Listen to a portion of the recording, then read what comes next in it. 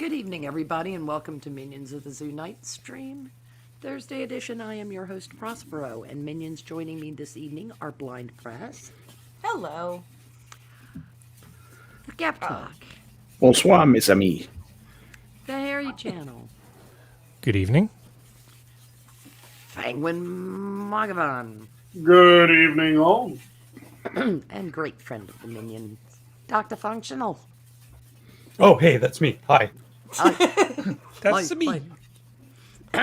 Before the stream started, there were two completely separate conversations going on. One was involving how much soy is in our food, and the other was between Skep and me, because we're children. And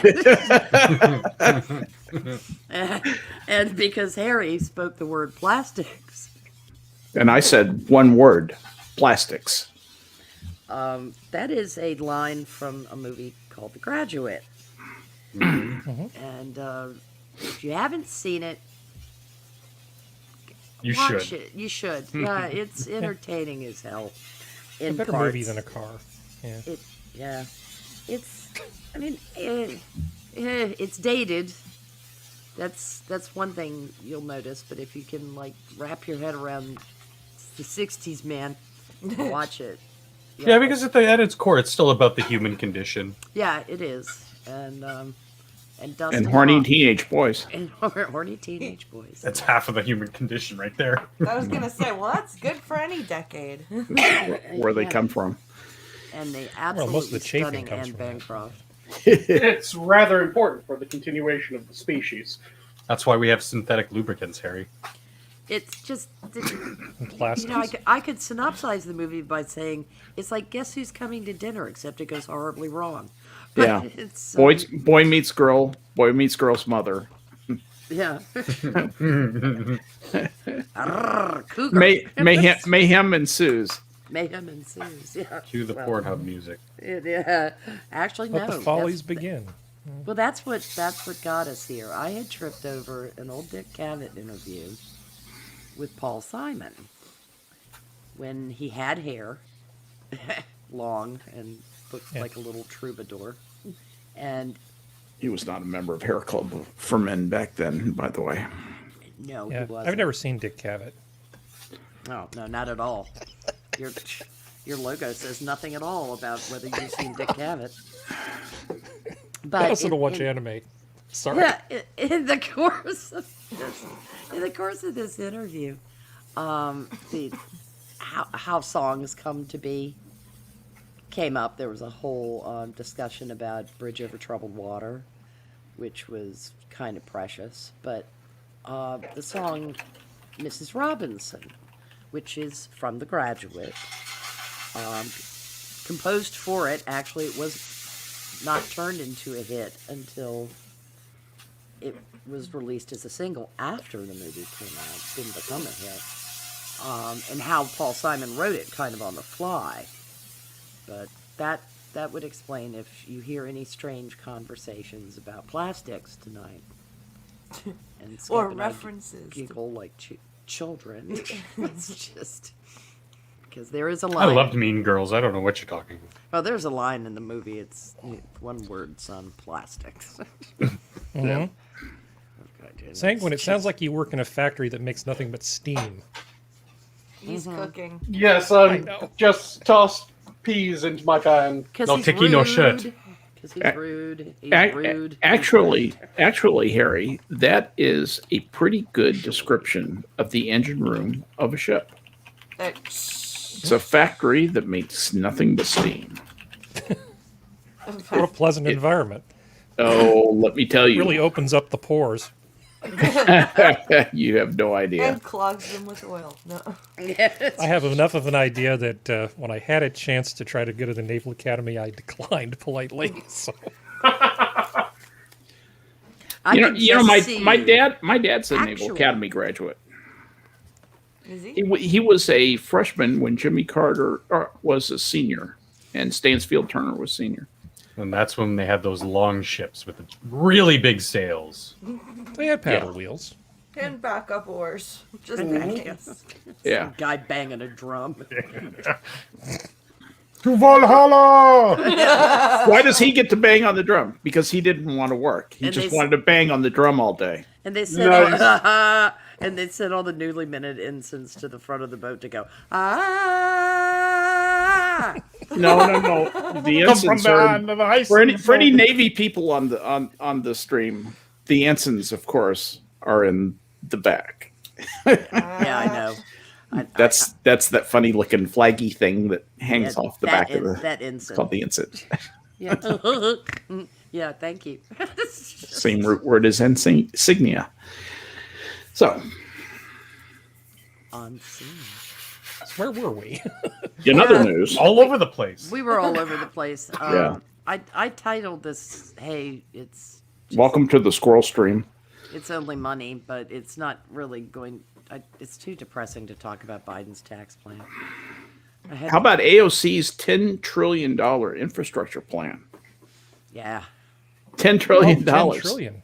Hey, That it's is 5/6 of the country's economy. I saw the headline and I just kept scrolling. yeah, I no, not on April Fool's Day. Sorry. yeah. The problem is they're not joking. No, they're not. Yeah, I know. That's that. Yeah. The thing is, they can use that as a massive crowbar to free up a lot of newly printed money, and they're going to ride this thing all the way down until the United States is torn up, because the people who are really truly in back of all this, where the big money comes from, are in large part a lot of people who think the world would be better off with a somewhat weaker United States. And fiscally crippling the United States is one way to slow the economic juggernaut that we have always been and still are. Yep, but that's know. Nobody produces with the fury we produce, and nobody consumes with the fury we consume. We are unstoppable, and we have reached critical mass. We're like a nuclear reactor that is, past criticality. Yeah, they're gonna Chernobyl the fuck out of our economy. Essentially, that's not wrong. They are going to wreck the machinery of our economy, and that's the way they can slow us down. I'm sorry. Go ahead, Sanguine.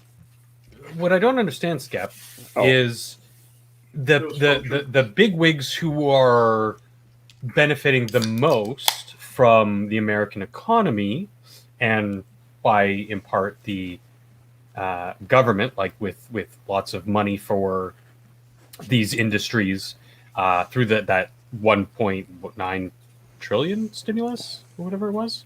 Yeah. I don't remember the exact number. Sorry. Obscene. They're at odds with the people that you're talking about. So I don't understand. Like, why aren't they trying to? Are they? Aren't they? No. Why aren't they trying to what? Ask your question, because I think I've got it. Why aren't they trying to stop that type of subversion to the American economy when they profit heavily from it? That's a great question, because it makes all these intuitive, and they're logical, they're intuitively logical assumptions about who makes the money from what. The biggest way to make the most money in the shortest amount of time is during periods of violent change. When there is a big delta in the significant things that produce and consume in economies, people stand to really make money, and they tend to make more money. It tends to be higher risk, and since beta, as they say in the risk business, goes up, so does R, so does the potential reward. So in these risk equations, having a higher risk means a higher potential return. And that's what these people do, is once they get in that position, they are all about managing the risk on the back end. And so they're trying to get the table tipped over into a rather precisely choreographed fall, in which they don't just make all the money, they control all the stuff. Mm-hmm. And I have they an want to analogy. execute. Pardon me. Sorry, go ahead. And they want, and that's what they really want is not just making money from the means of production, not just enjoying the fruits of that, but to own and control that. There are two guys who live in Qatar.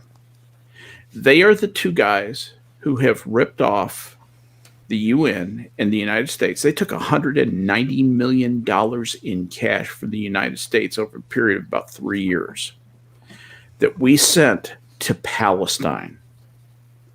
And they simply split it between them, and they live in gigantic villas, castles, essentially, with their own armies in Qatar. Each one of them is worth about $2.5 billion.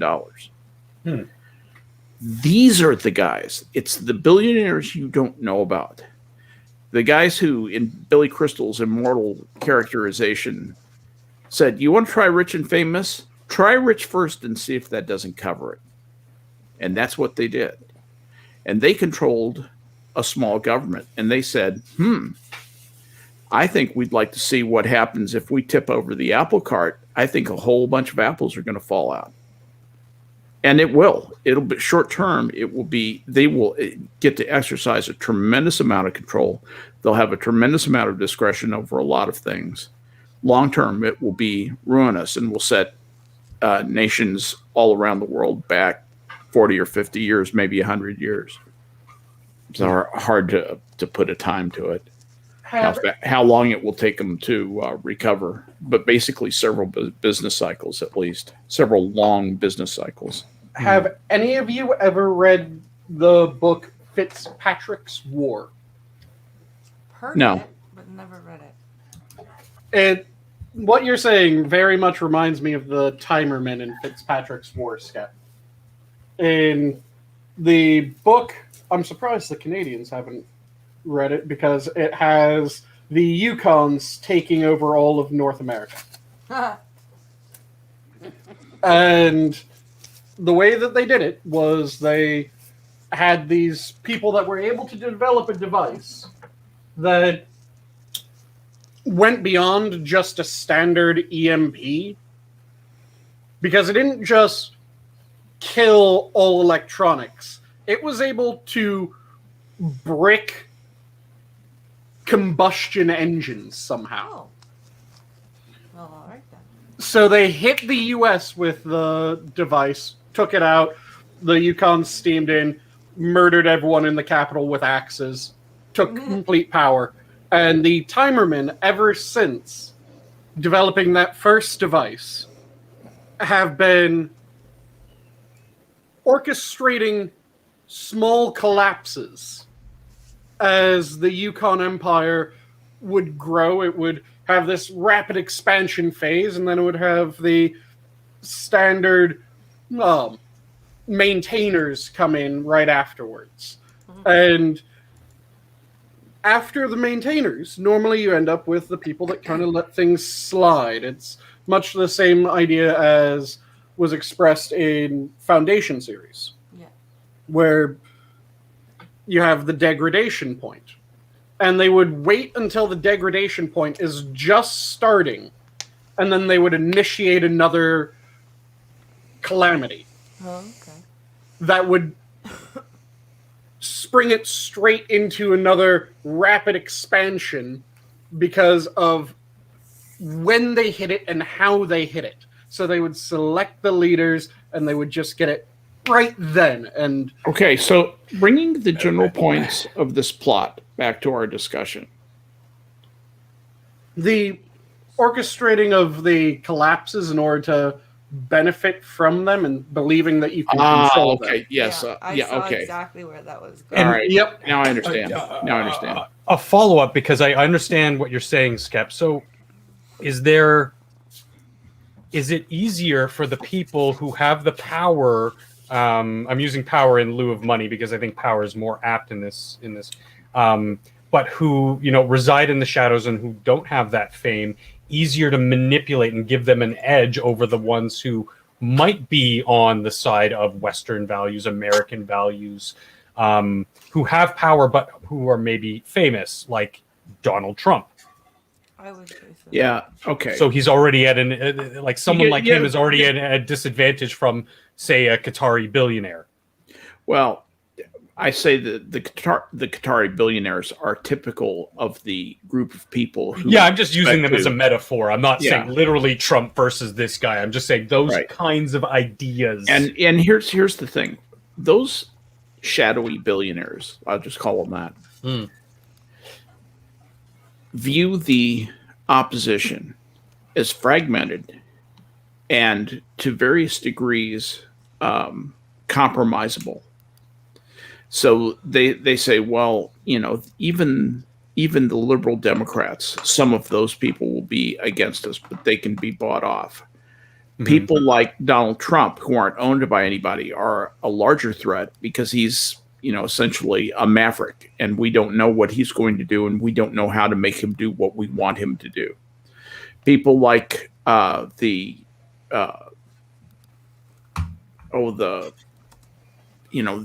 gun lobby, essentially, and the fundamentalist patriots are another group, and they think, well, they can be bought off, they can be ameliorated this way or that way, but they see their opposition essentially as very fragmented, I believe, and in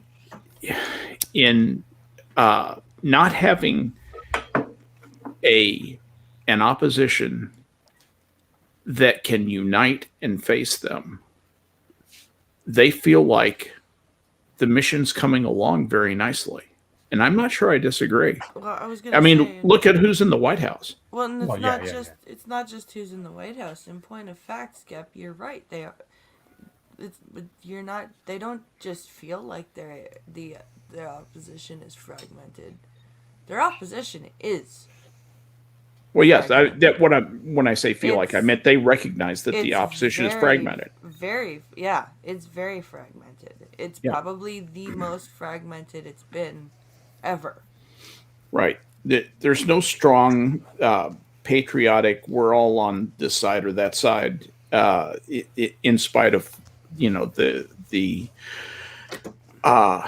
two or three major parts of the right who really don't necessarily get along with each other. The libertarian right does not think very much of the fundamentalist Christian right, and vice versa. I run into this all the time. Mm-hmm. And it's that old house divided.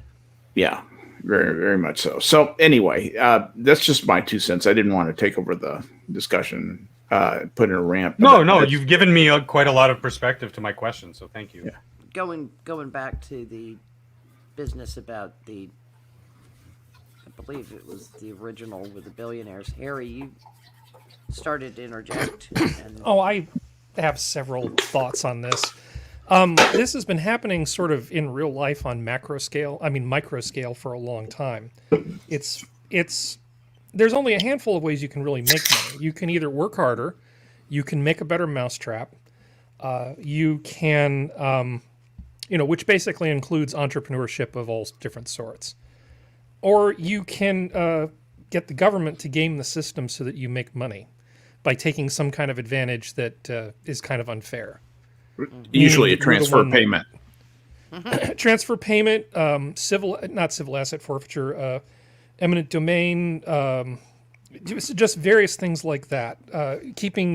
Setting up regulations that keep your competitors from coming after you. Mm-hmm. And you see it, it's a thing that happens, generally in multiple decade-long cycles, where cities will build up, be very prosperous, go to crap, and then people will be given huge incentives to come back in and build in these businesses. And those incentives basically translate to big profits for the people who benefit from them. And this has been going on for as long as the United States has pretty much existed. Yeah, congressional. And we see it in fiction.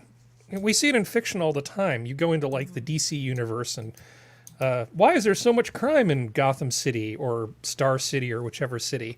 Oh, all this crime's going on down by the wharf and drugs and stuff. And we're just going to have the evil villain's going to burn the whole thing down.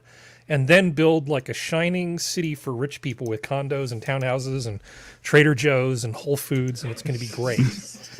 And so I think most people here are familiar with the idea, whether they've thought about it or not, because it's just a trope in comics.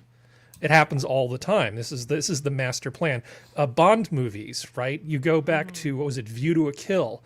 He was basically going to create an earthquake that would destroy Silicon Valley and create a bunch of a nice beachfront property.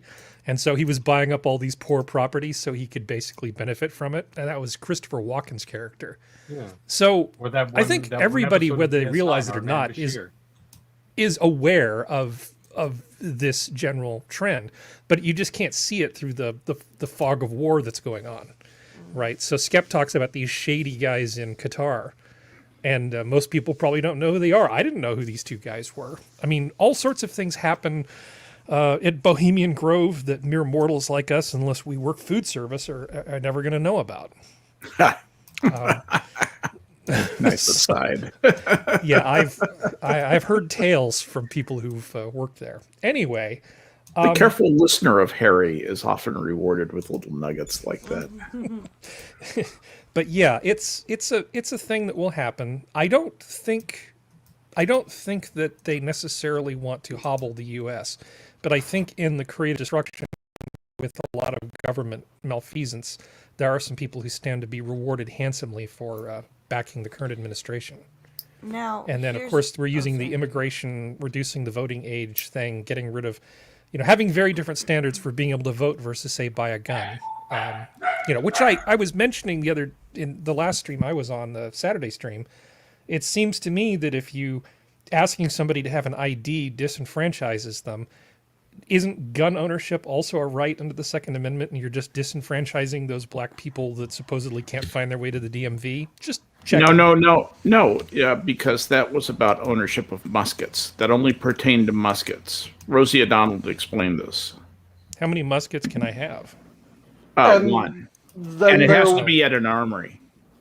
And then there was can I outfit my warship with cannon? Fuck yeah, you can.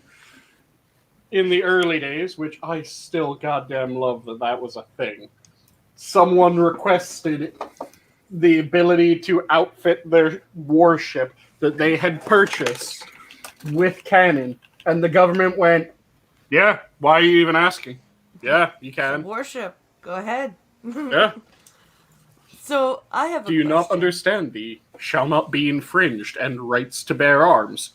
Do it, dude. So I have a question. How much of this is outside destruction? 7. How much of this is outside destruction from shadowy billionaires, and how much of this is self-destruction that we always see in empires? Well, that's a fantastic question. It's a great question, and I sort of have something teed up for you. Can I do a quick one? Just yeah, quick, please. And then I'll step away for a second. No. Do. There's this assumption that everything has to be controlled and planned by a person or a group of people in a dark, shadowy room. There is such a thing as emergent behavior. Now, I would never suggest that anything untoward happened during the last election.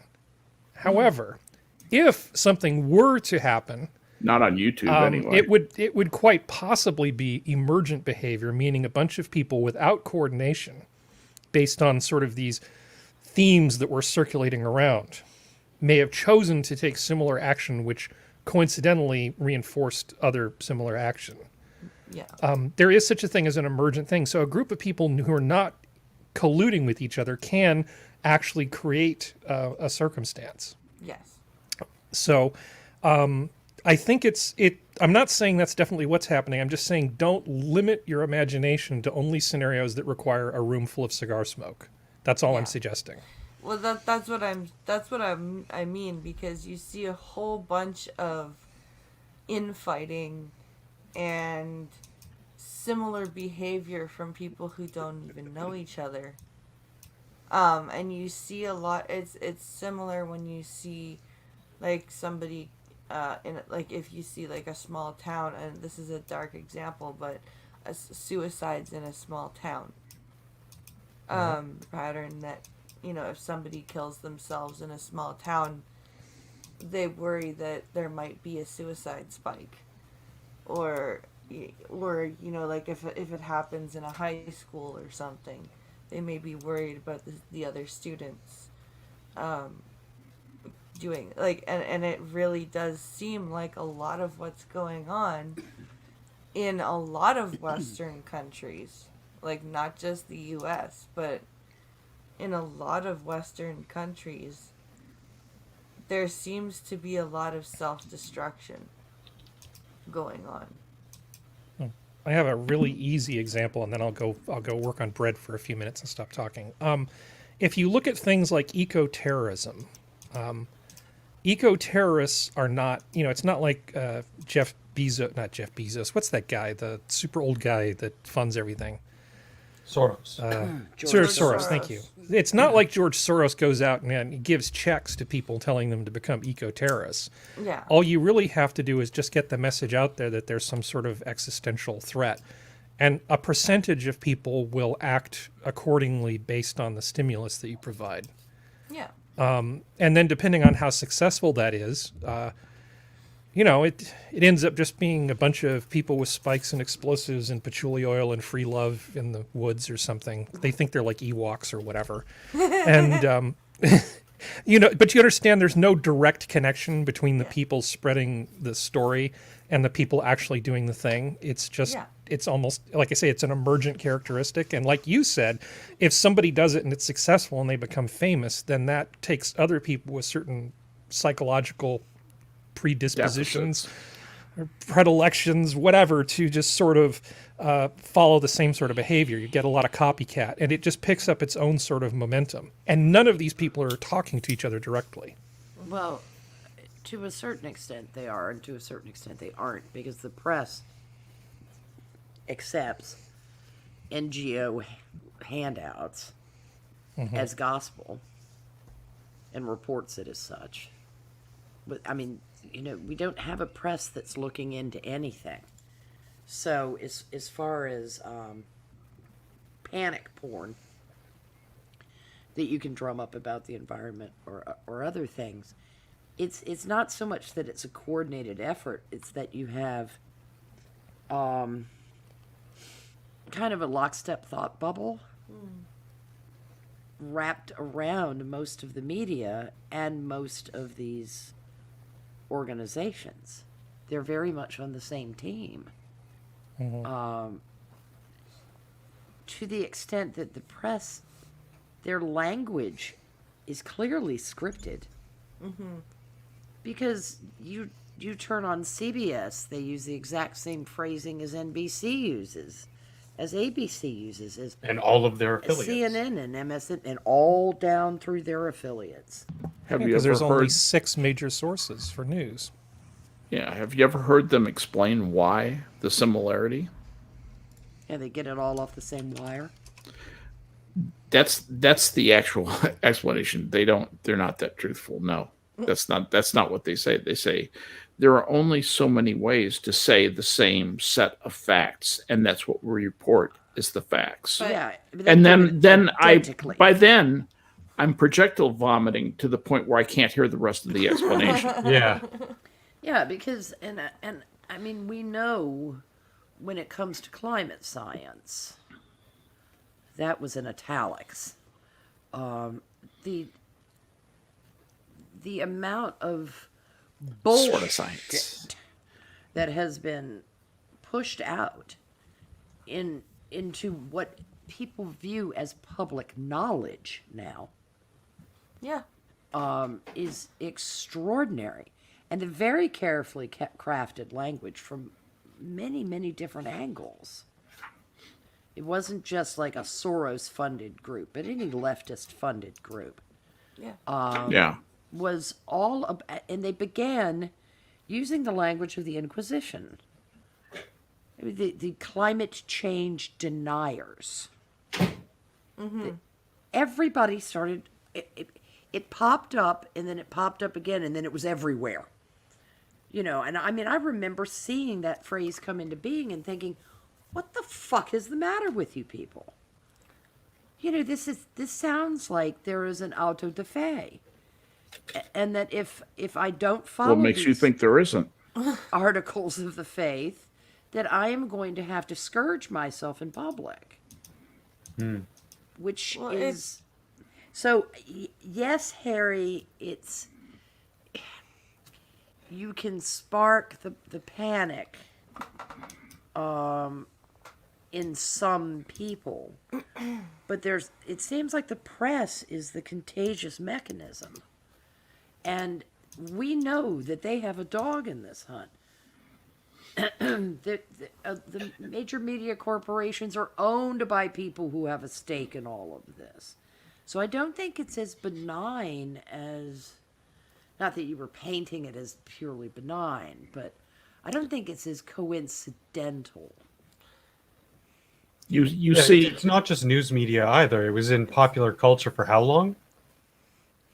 And slowly expanded. The language changed, like Prospero just said. In a movie 20 years ago, 30 years ago, you would hear about pollution. Pollution turned into climate change, or you'd hear something about the ozone layer or whatever. And then today, they'll outright be lines in movies calling someone a wacky science denier or climate change denialist. Yeah. It's just so lockstep.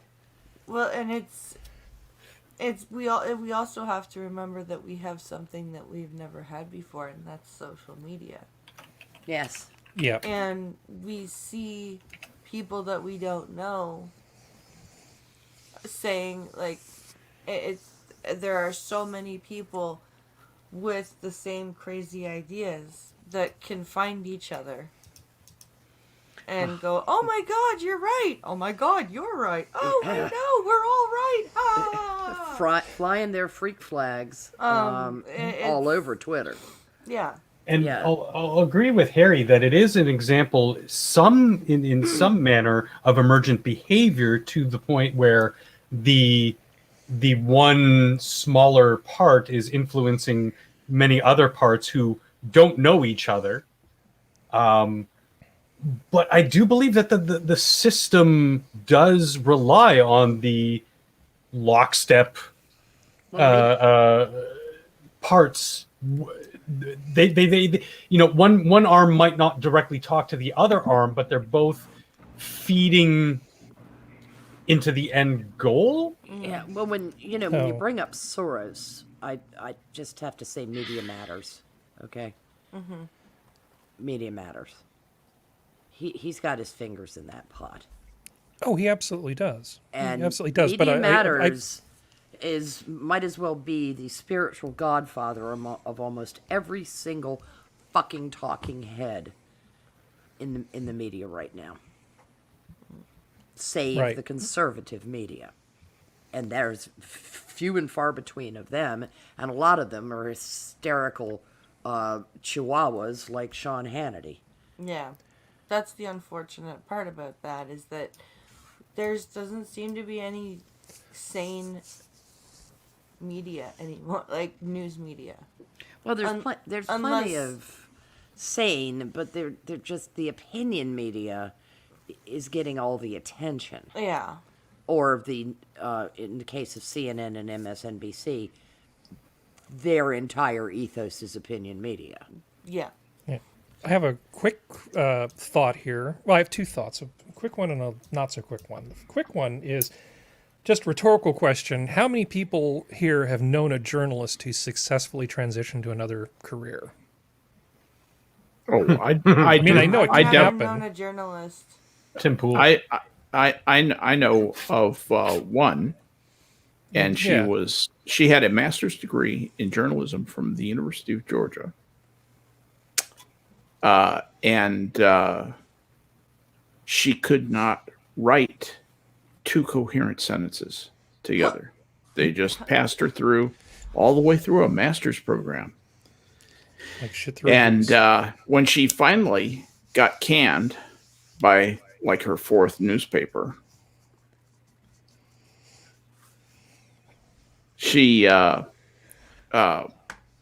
took up a career writing government grant requests for social work funding projects. I shit you not. How do you do that if you can't write two coherent sentences? I think that's a She learned requirement. she learned a way to put the sentences together, and she was always really good at that. I was also married to this woman for 4 years. She was the first ex Mrs. Mancy. Mm. So yes, she was Phi Beta Kappa, supposedly a very smart woman. Yeah, teachable moment. Yeah, and she turned out to be a not good at what she chose to do. But more often than not, when you say learn to code, they're like, "How dare you?" Because a lot of them can't learn to code. There's a certain mindset that really gets into journalism. And there are really good journalists. There are people who are really good at their job, but there's a lot of them that are really not good at their job. And most of them don't come out of journalism school. Right. And so if the news media as a pie, like an economic pie, gets smaller, which it seems to be doing, between the influence of social media and the absence of Trump and a lot of other things that are going on. I mean, you look at the numbers, a lot of these news places are not making a lot of money. At some point, some of these people are going to find that they're the victims of their own success because they're going to be trying to look for a job. The news consumers are eating the raw materials. It's not that the cake is getting smaller. It's that the batter is getting eaten by the news consumers, to extend the analogy. And people are like me, go out and get our own news. You know, I don't listen to NBC or MSNBC or CNN or Fox. I don't even watch those channels. I haven't watched those channels in years, literally years. I watch stuff like The Hill and Useful Idiots and stuff like that. When I need primary source stuff, I will go to the wires. I will go to AP and Reuters, but only to get what I know are going to be slanted and partially reported facts.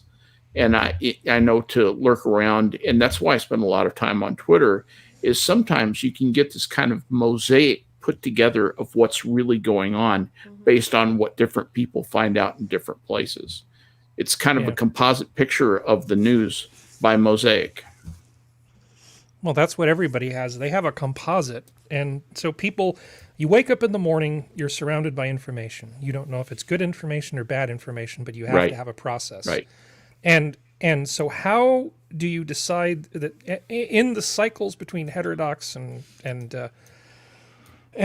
basically orthodoxy that seems to happen, as time goes on, people seem to crave varying mixes of it.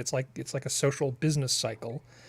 Yeah. People have to sort of categorize like the quality of the knowledge. So what do rich people do who want to influence things? They get a think tank. It's like I find a bunch of people with bow ties who sound really smart, who will say the things I want them to say to lend legitimacy to my political opinions. So you put up together a think tank, or when you pass away, you form a trust that only gives money to think tanks that agree with your philosophy, and that's looking at you, Rockefeller Foundation. Mm-hmm. So Annenberg, Rockefeller, whoever it is, it's all the same kind of thing. And there's no judgment here. This is just the way things work.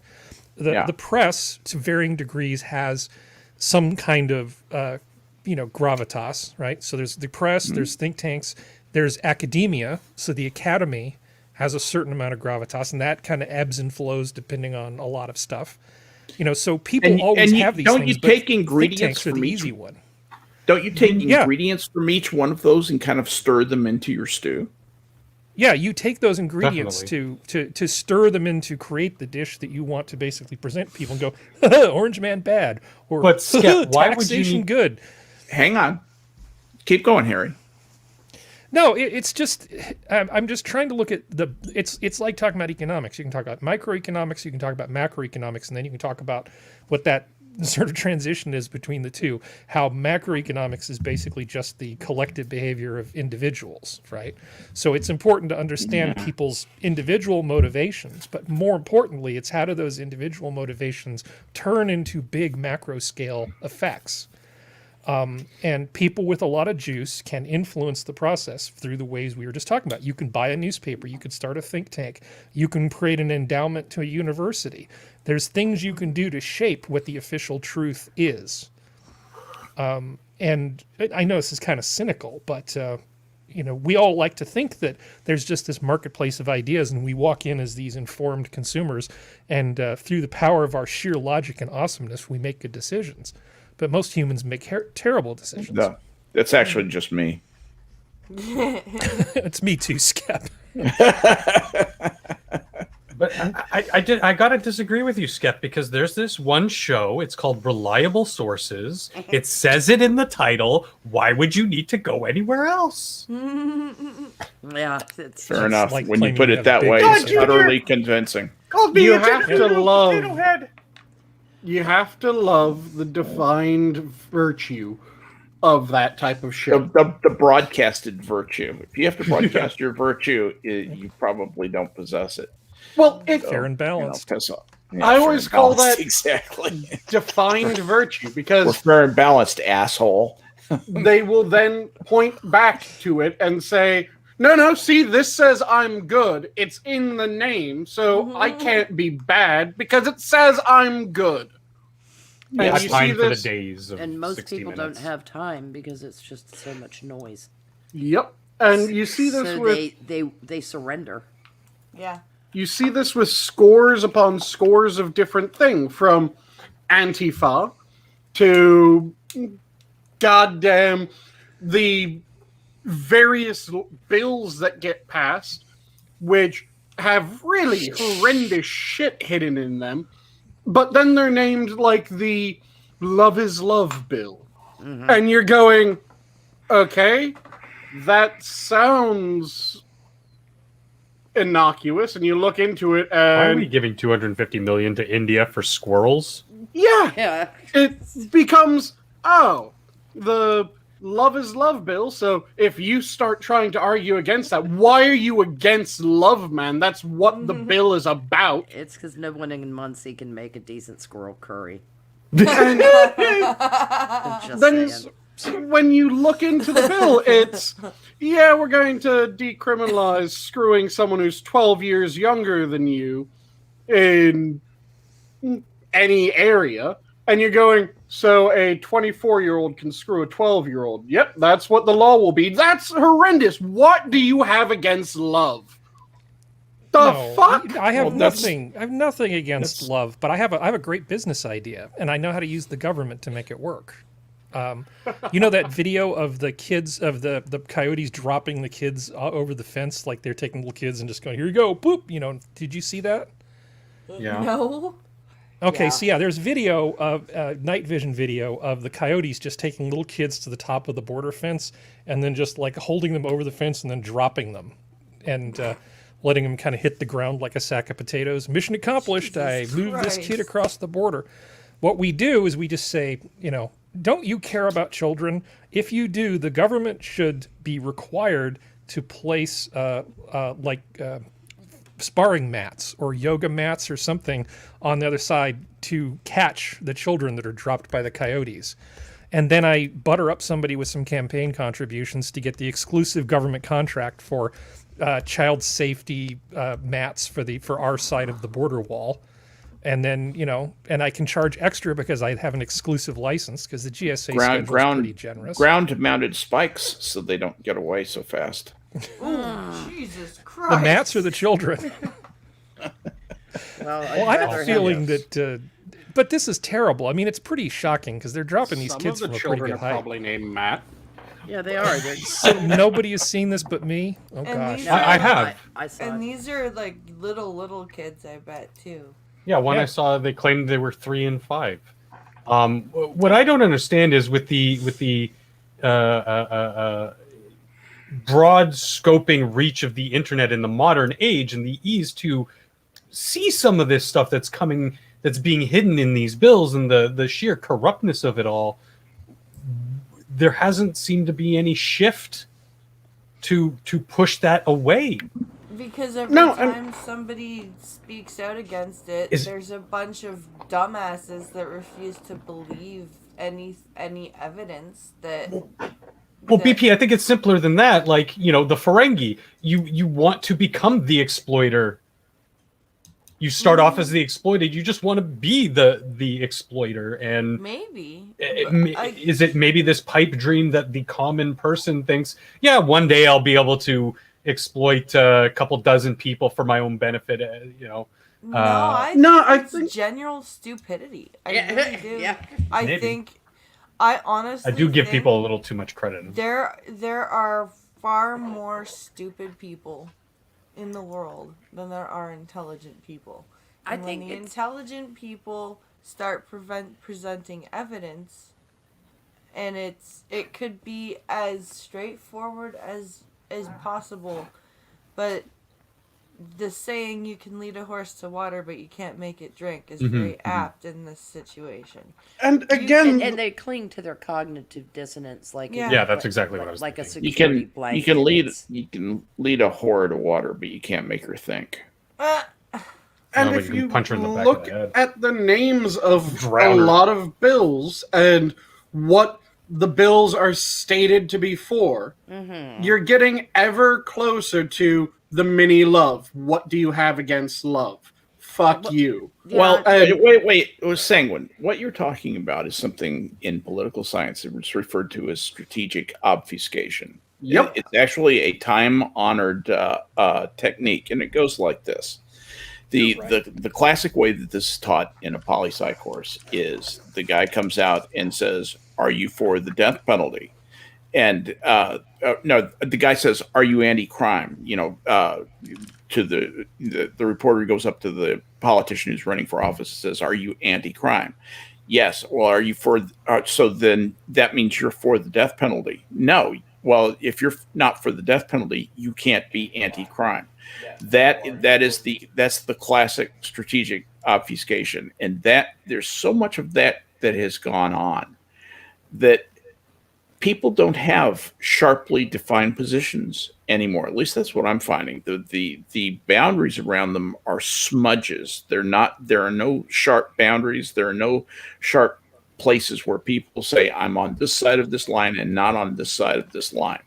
Everything is equivocated. And people and politicians are the worst. They can be on all sides of every line at once. And the baying media is not doing its job. It's not asking questions with real probative value, with having value in terms of revealing something more about the important questions of the day. Quite the contrary.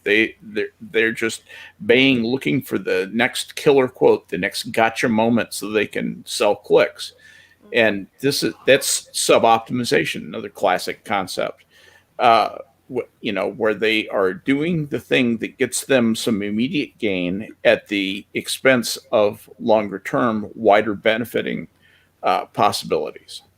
Well, it's very frustrating to watch. It is. And I mean, in the case of the media, if you go to any journalism school, and this was true 30 years ago, I'm sure it's true now, and you ask the fresh-faced little shitheads, striplings that are there, why is it that you want to go into journalism?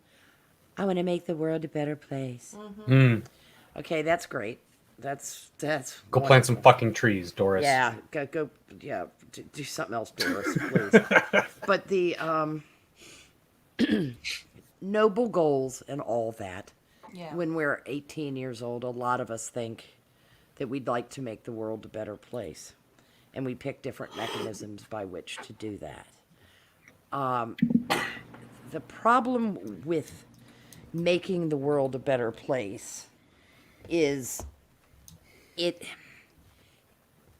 all the right people say Bill Smith is a shithead because he's a Saber Party member, then when you go and it's very easy to pull that straw manning and false equivalency in interviewing him, because all the people that you work with, all the cool kids say, and I mean, politics, oh boy, was Andrew Breitbart right. Everything.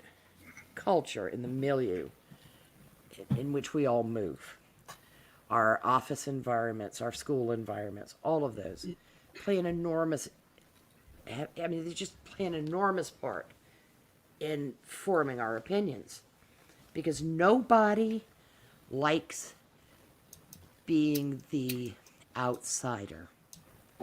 Now, some do.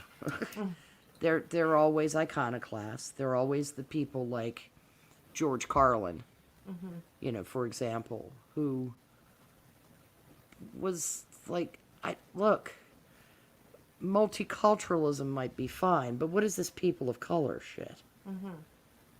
You know, how can you be afraid to say colored people and not be afraid to say people of color?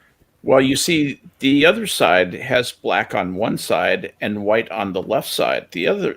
But we have white on the right side and black on the left side. Let this Isn't that right, Blind Press? Yeah.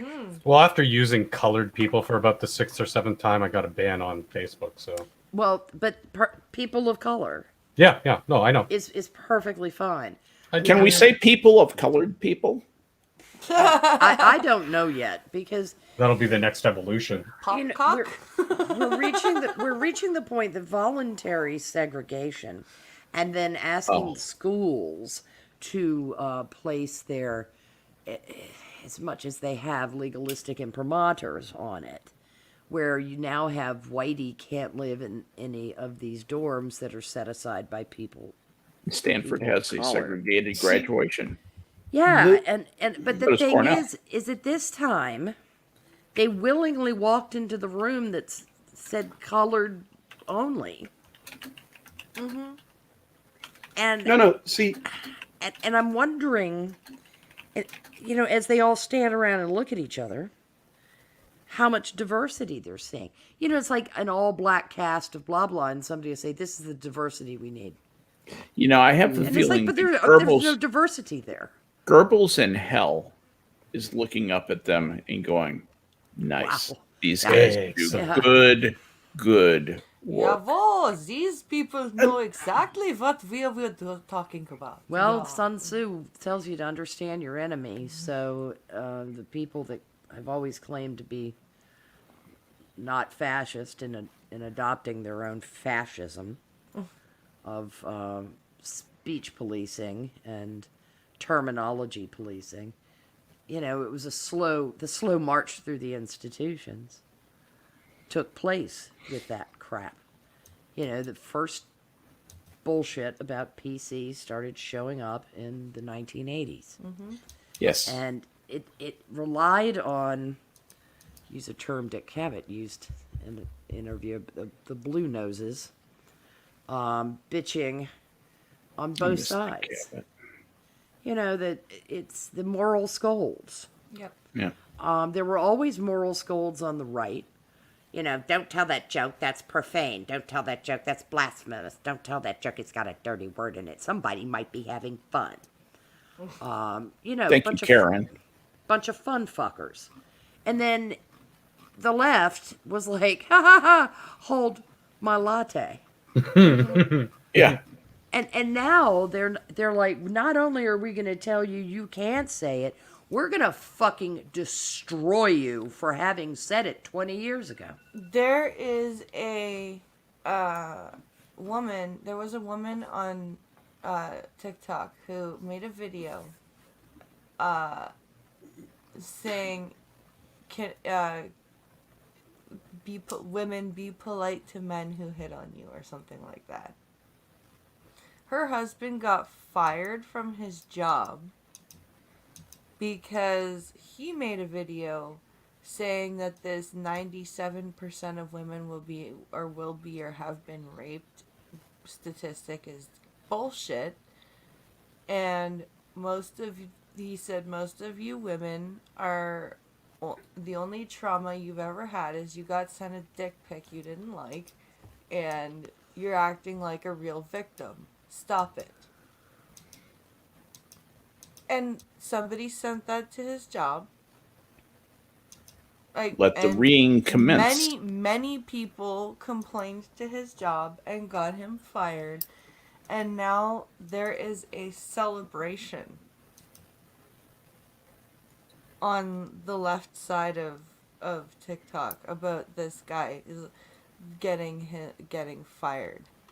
Yeah, it's important. Because Really? of what he said. Yeah, it's Really? important to them to feel like they had that kind of control. This is the perverse thing.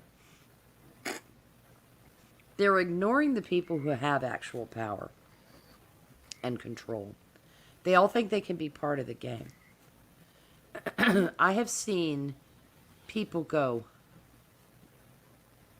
just braying with joy about who they reported on Twitter. Mm-hmm. Mass reporting out of people. Saw one of the, in quote, patriots, Skep, got outed because he was hanging around with all the MAGA CAG people, and then he was just grabbing names and reporting them to Twitter support. Jesus Christ. And it's reached an apex Wow. too, Prospero, with the woman taking photos of the jurors. Oh, that fucking cunt with the New York Yes. Times? In the Chauvin trial? That other bitch. Yeah, but the New York Times trying to figure out if they can figure out who these people are. Yeah. They get their panties in a knot because somebody said something mean to an intern working for them. You know, it's like, you're picking on these young female journalists.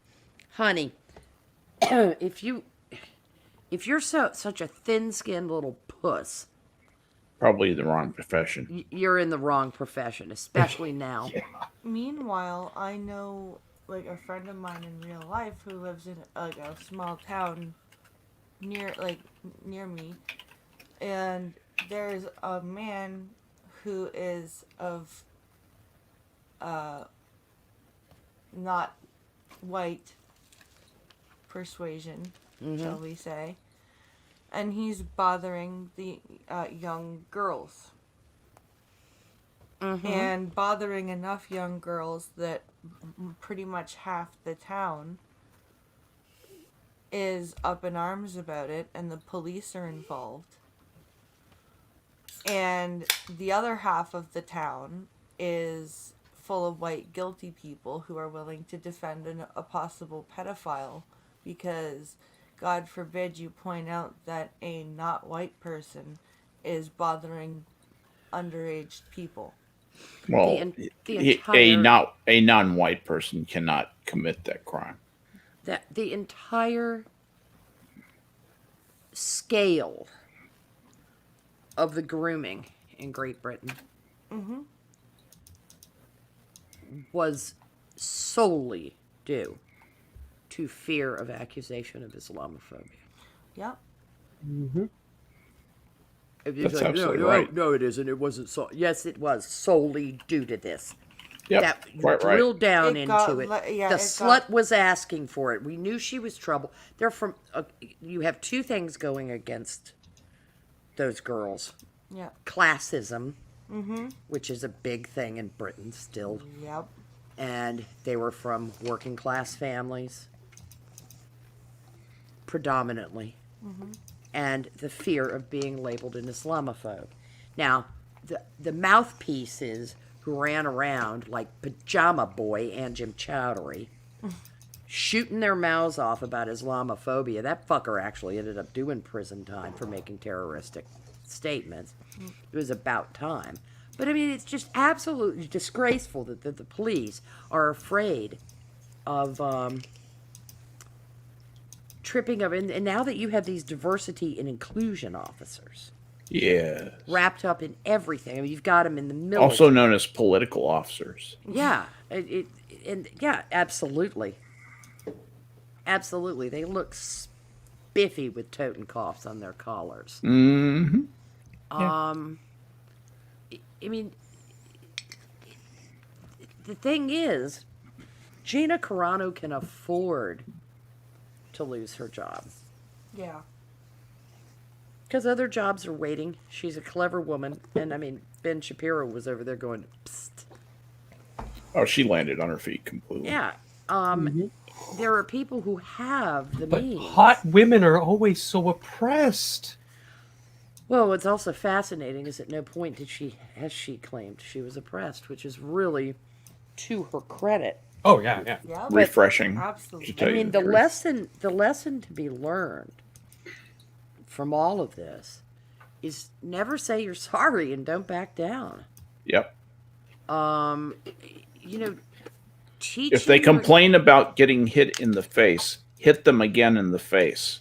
You're doing the right thing. Yeah, because what is it? The bully strikes you and cries out in pain. They're always aggrieved. It can't be proven. Yes, they can make your life a living hell, and I understand why people are keeping their head down. And you destroy you weaken the economy, and you'll have even more control over people because jobs will be scarcer. And when resources are scarce, people will fall into line very, very quickly. But, I'm sick and tired of seeing people who really should, by this point, know better, saying, oh, I'm sorry if you thought that. No, stop. Stop right this instant. Do not apologize. I mean, what the hell was Bill Burr thinking? Mm-hmm. You fucking asshole. I mean, you've styled yourself a comedian in the iconoclastic style. Yeah. Be one. You don't know what kind of advice he's getting. Shitty. Yeah, bad advice, obviously, but Shitty. That my that or point his is wife got that him by the short hairs. Well, somebody is influencing him. Yeah. I would guess it's because his wife said, "Look, just make this go away. I don't want to deal with this." And he loves her to fucking death, so he would do anything just to not put her in that situation. Well, then, women, please, I implore you, if somebody comes after the men in your lives, will you fucking stand up for them? Fuck yeah. Well, she started when she got called his sex slave. Yeah. Yeah, I mean, she took umbrage and fought back, but it was like nobody was going to have it. They know no limits. Ellen DeGeneres sat next to W. Appeared to be talking to him and laughing and having a good time. Burn the witch. And it's like, burn the witch? Burn the lesbian hero from the last decade? Oh, Yeah. dear. Okay. And of course, she didn't apologize. Mm-hmm. Which was good. She went out and we have charitable interests in common. And my experience in working with him in that regard has been very positive. I'm sorry if you don't like it. That's the only I'm sorry you're going to get out of me. I mean, just this, it's getting... unless enough people give up having a fuck to give about this... That's the problem right there. It's going to get worse. Yeah. It's just gonna get there's worse. your problem right there. Because, if they can't fire everybody. No. And I mean, it would be nice to see somebody in an HR department go, no, I'm not doing it. Sure they can, because they got Jorge and Juan from down south to come take their jobs. The Well, people in who some- are the people who take jobs in HR will never stand up for anything, because the people who take jobs in HR are the most spineless, compulsive rule followers on Oh, earth. yeah. The Oh, yeah. talking heads. Yeah. They're They're Germans. Those are the Pusillanimous kids. curs. No, those were the kids who in school were monitors. always the first ones to run to the principal. They were the hall monitor. They were They were the ones with the Cyclone B on top of the gas chambers, pouring it into the vents. It's just my Teacher That's who job. they John's were. been in the bathroom Now, for so long. BP He's probably playing with himself. I didn't see anything, but I'm sure he's playing with himself. I was a hall monitor, but I didn't play like that. I just did it because I wanted time by myself. I Out of class. sold drugs, so Yeah, that's the best reason to volunteer for a job like that. that's right. That son of a bitch. I was almost forced to. Well, people tried to make me apologize for something I didn't even say over on TikTok. And you can imagine how that went. Yeah, I didn't say it. Get fucked. They pretty much, yeah. They were insisting that I said that visually impaired or low vision people didn't struggle. See, the thing that And drives. I'm like, oh, sorry, Sanguine. Oh no, you finish. And I'm like, first of all, I never said that. And they're like, I think you said it while you were live. And I'm like, wait, you think? You don't even know when I said it? Well, I know I never said it. And then somebody said, oh, no, you did say it. You said, I laugh at visually impaired people when they say they struggle. And I'm like, no, I didn't say that. And Put down the mushrooms. Pincalo and I think it was like a maximum of 2 people with like 3 or 4 alternate accounts between them. Because of the way they were speaking and the way the usernames were crafted. AstroTurfed. So I just blocked them, and I'm like, well, you apparently can't fucking not hit the block button or the not interested button yourself. So here, let me do it for you. Yeah, You dumb motherfuckers. Whereas people will say shit that they actually should apologize for, but they're on the right side, so no one gives a shit. Like, I just found someone saying that intelligence is a white man's mythology. What? Intelligence is a white man's mythology, a phantasmal concept, a non-referring term. It is to that guy, Sanguine. Yeah. So, okay, so is he saying that all not white people are stupid, or... Not only does intelligence not exist, but it is only something that is viewed as existing by white people. Wait, intelligence doesn't exist? Well, I'm assuming that's what they were saying, because they said that it's a white man's mythology. Does he not understand that intelligence created the device on which he's typing that moronic tweet? No. It was stolen from Wakanda. Stolen from Wakanda. I'm flabbergasted. Yeah, and Prospero, to comment on something that you said earlier, why people are so offended when they hear colored people versus people of color. Well, clearly it's because you're ignoring the rules of grammar. It should be colors people. Oh, okay. I don't know who this color chap is, but apparently he owns a fuck ton of people.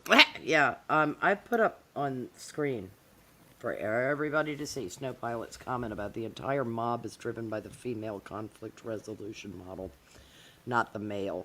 It's social exclusion and relational aggression. I would have to agree. Mm-hmm.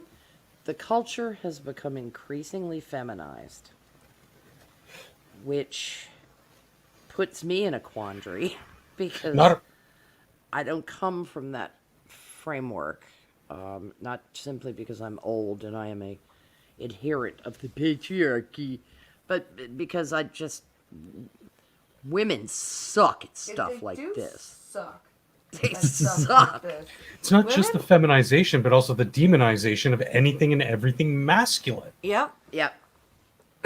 It's that 2-pronged attack that just tilts the scales into chaos. As someone who is not a very feminine woman in the first place, mm-hmm. It's very difficult for me to try to shield my kids from all of this feminine stuff. Like, and I don't I want think you got enough femininity in you, but you're not dainty. No, and I don't want to make them hate femininity. Do you know what I mean? Like, that's the other thing. I don't want to push them to the other extreme and be, like, misogynistic assholes, because those do exist, but I don't want to demonize their masculinity or expose them to anything that would. You don't have to trash women to elevate men. No. And you don't have to trash men to elevate women.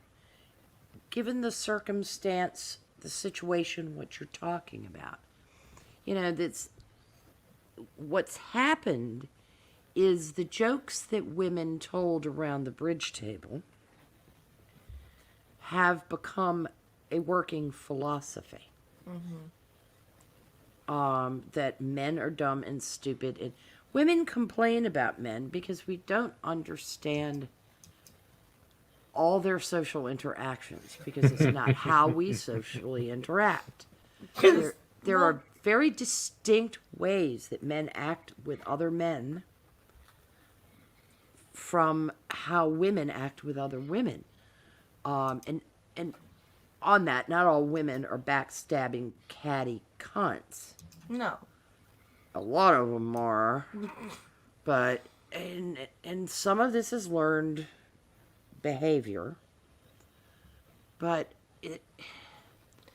years ago, there was a book written called "How to Be an Assertive, Not Aggressive Woman." Yeah.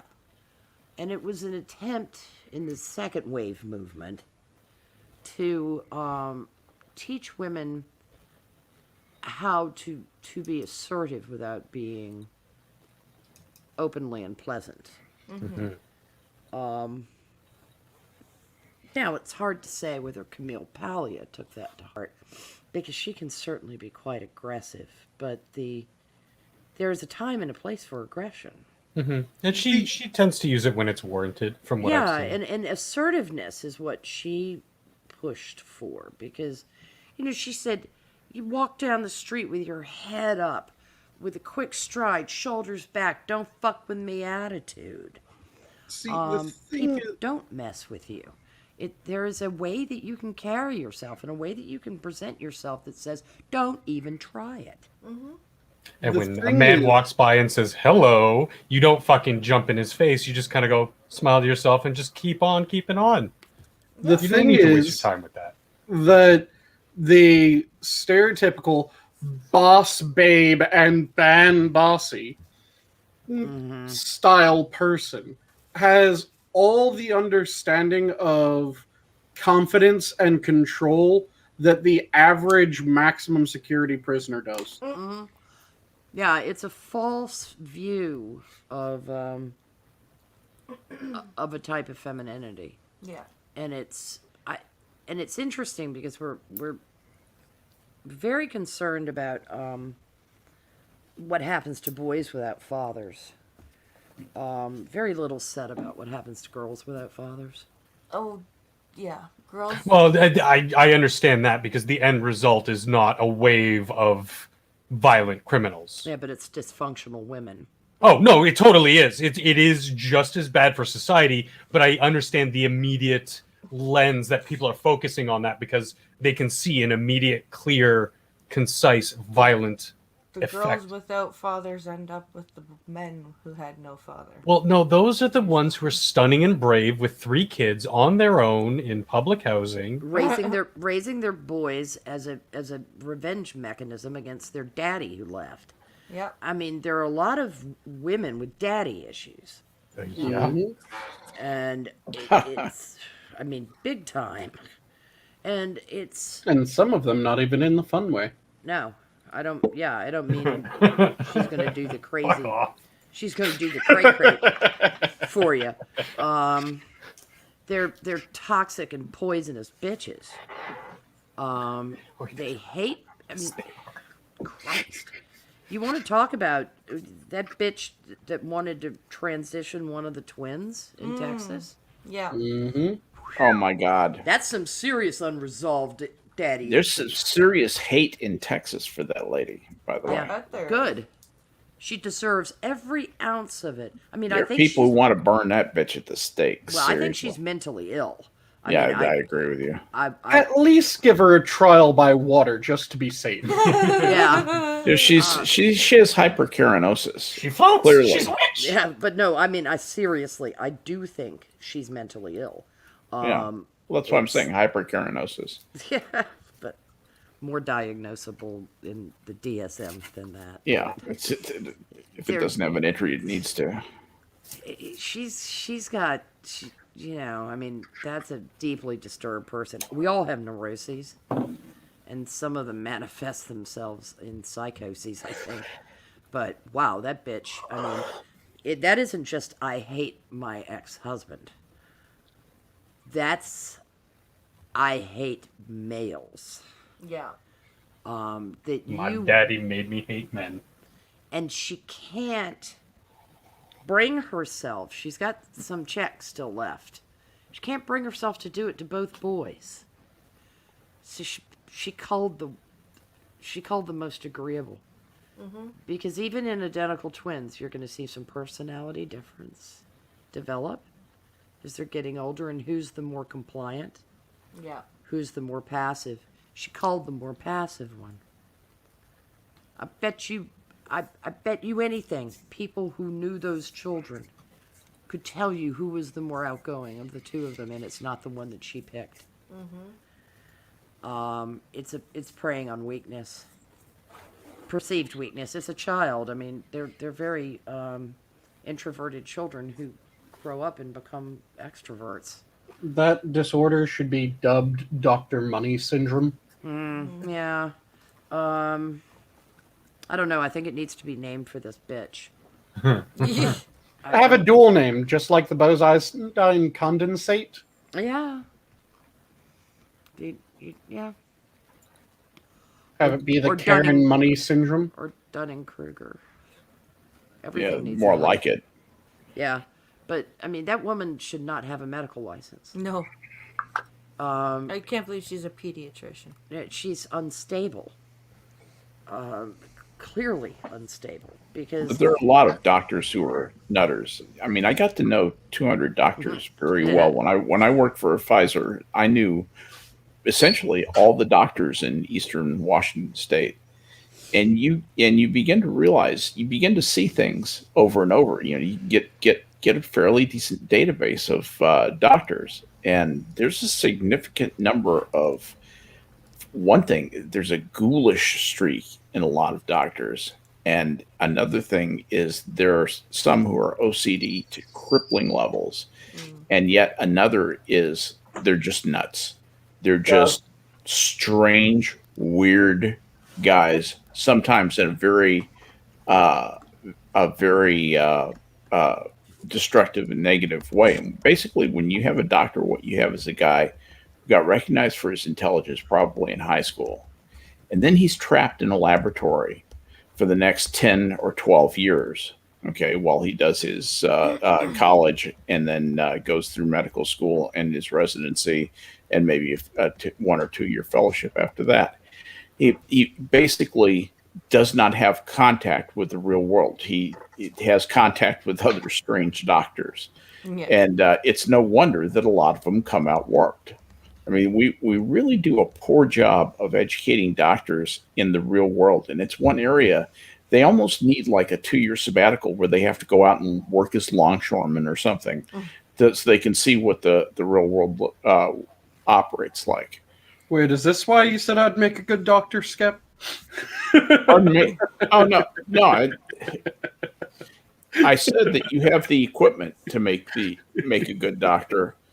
And that the thing is that you're more of the osteopathic model. And I actually think you should apply to osteopathic medical schools. And yes, they do produce pathologists. Don't they're not restricted to the family practice, general practice type. Are you kidding? I degree would anymore. totally love to have Sanguine as a GP.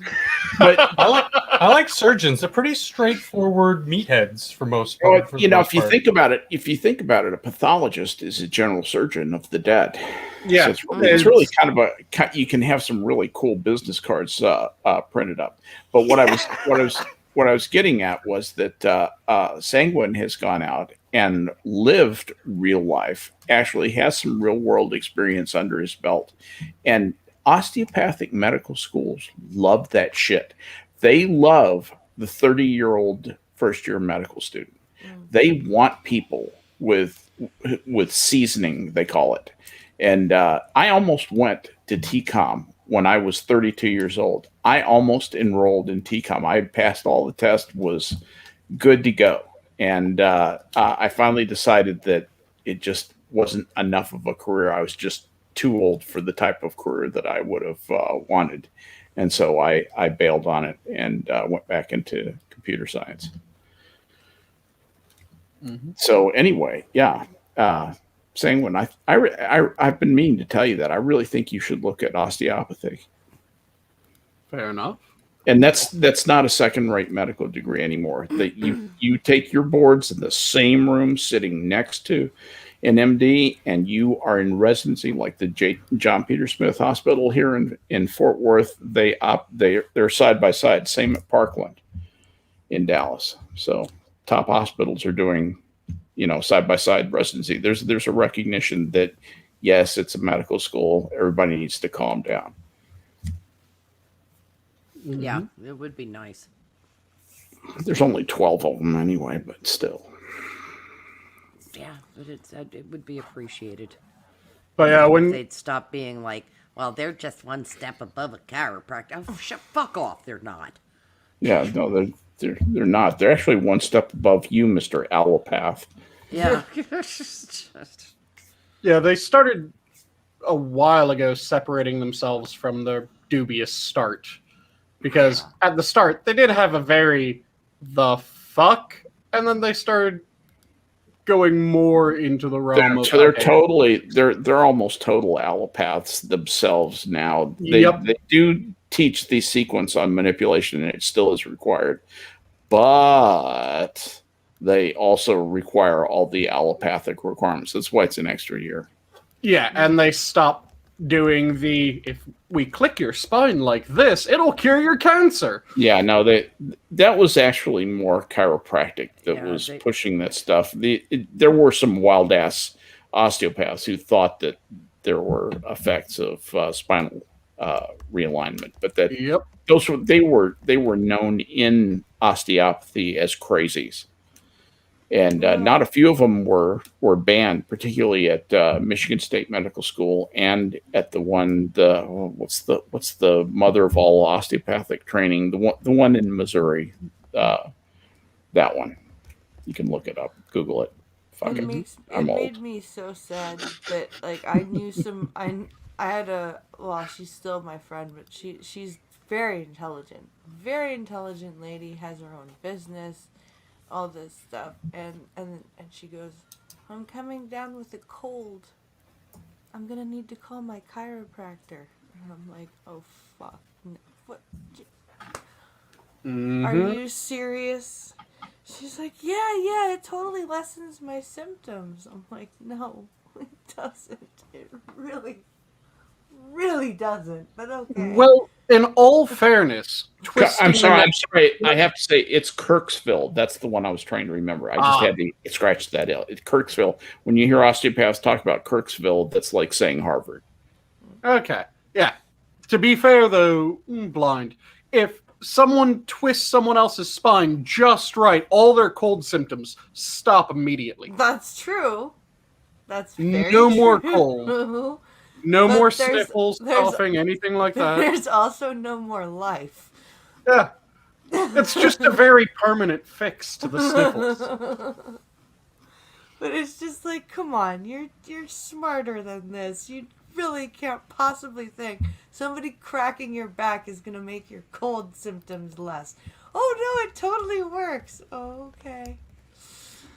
All right then. Have a good time. Show me the physics. Show me the chemistry. That's all I ask. I'm a simple man. I'm a simple chemist. Oh, they like to say now the electricity's back on. You know, that you don't have any nerve compression or anything impeding. Yeah. I'm going to need a little more specific than that. Yeah, Thanks. it would be And nice. they seem to just go for ever more insane methods of doing it. Because it used to be just that, like, real deep massage that gets your back to crack. And now it's, okay, we're going to effectively horizontally hang you. Well, not What? a lot of Yeah, them. I'm going to stick your head in this Y strap and anchor your feet to one side of the table, and then I'm just going to sprint to the other side of the room holding the other end of the Y strap. In certain Middle Eastern countries, if you do that, you're married. Yeah. Different head. Are you married? Are you married, or are you? Have you? They may hang you. Have you? Have you not? Have you? Fuck. The word is gone. Consummated. Consummated. Thank you, Harry. You're Like welcome. bouillon. To be made Yes. into a thin broth, yes. Thank you, Harry. At least Thin someone got it. clarified, bro. Well, they do like married goats, so Oh, Jesus. I can say that they're my people. So you also deal with Let my some people internal go. marination? I marinated my juices all the time, baby. Oh God. Ew. Pleasant thought. Thank you. I'm sorry, Elowen. Where's the brain bleach? Oh, goodness. Yeah, the chiropractic practice that I know the most about, they don't even do the so much the grab your arm and twisty thingy as they're using the clicker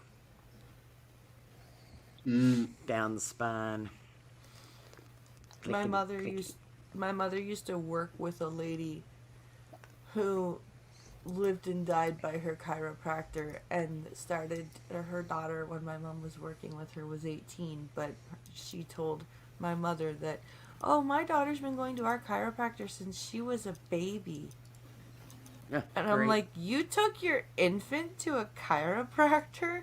And mysteriously now her daughter was having back problems at 18. And I'm like, gee, I wonder why, you dumb fucking bitch. But this woman also told my mother that a way to keep the flu away was to keep onions just randomly about your house. Just chop the tops off and just It keeps the Eskimos away from my house. Whenever I have onions in the house, I never see Eskimos. Therefore, Yeah. inductive reasoning, it's the very best. Isn't it though? Why do I feel like this is the type of woman that would swear by the medicinal properties of huffing rotting potatoes? I don't know, Ew. but she probably would. Oh God, the smell of rotten potatoes are awful. Yeah, they really are. They're the They're absolute also worst. lethal. That is like the necrotic. What is the butthole of chemical? Satan. What is the chemical, the noxious chemical from rotting potatoes, Sanguine? I'm trying to remember off the top of my head because it's the same one that's lethal from rotting potatoes. Really, there's a thing if you breathe it in or if you Yeah, ingest it. there's records of It's entire families. solanine. It's solanine. That's Yes. what it is. Yeah. So. Yeah. And they just smell like hell. That's all I know. Mm-hmm. Yeah, if Smell like hell. if you have enough potatoes, and it doesn't have to be that many, it's like a couple pounds of potatoes, if that, and they start to rot, it builds up lethal levels of gas. in What an kind of enclosed self-respecting space. person who knows how to cook would have leftover potatoes? Yeah. Potatoes do not rot in my presence. They Well, get it made wasn't- into delicious things and consumed well before that time. The Yeah, closest, exactly. the closest I've come to bad potatoes is they've gotten soft and they've sprouted. Those That we might call be we right. call those seed potatoes here at the Mancy household. Yeah. Yep. I Yeah, had yeah. an- Would you prefer fondant or Hasselback tonight, sir? I will admit to having had a bag of potatoes go bad on me. It was a buy one get two, and worked our way through one and went to get the other one, and it was like rotten potato juice. Ugh. By the way, Sanguine, interesting fun fact to know and share with your fellow chemistry nerd. Mm-hmm. Solanine is the and this is regardless of the fact that belladonna is found in nightshade plants, including tomatoes, which is a nightshade. Mm-hmm. Solanine is the poison in nightshade that kills you. Yep. Oh yeah. It's also one of the ingredients in the retrovirus that saved Odo. And it's also the reason why you I'm not don't kidding. want green potatoes. Because if you Yeah, because they're full of it. Yeah, they're chock full, and it causes central nervous system. It's a glycoside that Yeah. breaks down. It's a glycoside that breaks down when they ripen, Yep. I peeled and the then hell it out comes of back when they rot. Yep. Yeah. It's kind of cool. And yeah, there's Peel all that green stuff off. it's something that doesn't happen very often in the US, but yeah, there's records of entire families being wiped out by rotting potatoes.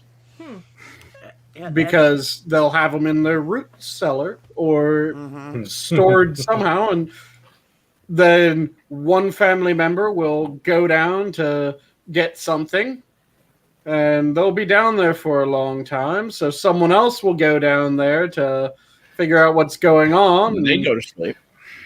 They're Careful there the for a information long you time. spread on YouTube, Sanguine. Chelsea Handler might wake up in a sea of rotting potatoes tomorrow morning. She But yeah. is a rotting potato, There's records She's of the rotting potato. full of poison. entire families being taken out by rotting potatoes. This is cheerful. Yeah. Welcome to the rotting potato stream. We're talking about poisons tonight. Eggplants are also in the deadly nightshade family. They are. They are for a fact. They're also disgusting. Oh, don't say that. No, they're Not a fan. Proper eggplant parmigiana is just very No, nice. my mother for a while went did not eat red meat and made vegetarian chili and used. Oh yeah, eggplant. when they corrupt eggplant for meat substitution, that's wrong. And I will never fucking eat eggplant ever again. Eggplant corruption try- is evil. Have you ever had Try Chinese ethnic eggplant? foods. Yes, Chinese or Indian or Vietnamese. They all have really great versions of eggplant. There are Or Italian. well, they're sweeter. Well, she said she doesn't like that one though. They're sweeter in flavor than the regular. She hadn't had it prepared properly. Probably not. Probably Or not. moussaka. Yeah, because you Because need to- eggplant with bechamel sauce is, what anything God. with bechamel sauce is. I was just going to say, what is bad Moussaka. with bechamel? Yeah, moussaka is marvelous. Lovely, lovely dish. Thank Though- you, Greece. If I remember correctly, I think it was the effectively inventor of bechamel, or at least the person credited with one of the first recorded recipes of bechamel, ended up committing suicide when a feast was a bit off because he was this famous chef at the time. The king was visiting the Lord's keep who had employed the chef. The chef had planned this amazing, massive meal over several days. And it was the second or third day. The first day, several things went wrong, but he was able to make amazing things come out of everything that he was dealing with. On the second or third day, he was planning to start with a massive seafood course, and he was told like 2 hours before he was supposed to start service that the seafood wasn't going to be there. Oh no. They had no clue when it would be there. He committed suicide due to this by storming off to his room. He had been given a sword for his service to the crown and the lord that he was currently serving. So he pulled out the sword which he was given, and he placed it so that the butt of the sword was against the door with the tip of the sword against his neck while he was kneeling down. Oh. So that the next time someone opened the door to come see what was going on, by opening the door, they would drive the sword through his neck. And Nice. he committed suicide. The thing was that the person who had opened the door was running to tell him that the seafood had just arrived. Oh no. That's funny. I like irony like that. Yeah. I'm Oh no. grim enough to be easily amused by it. Speaking of suicide because food isn't around, I'm hungry. And I need to go eat. So I'm gonna duck out. You almost made it the whole way, though. You're so I close know. to the finish line. Yeah, fuck it. Tomorrow's a holiday.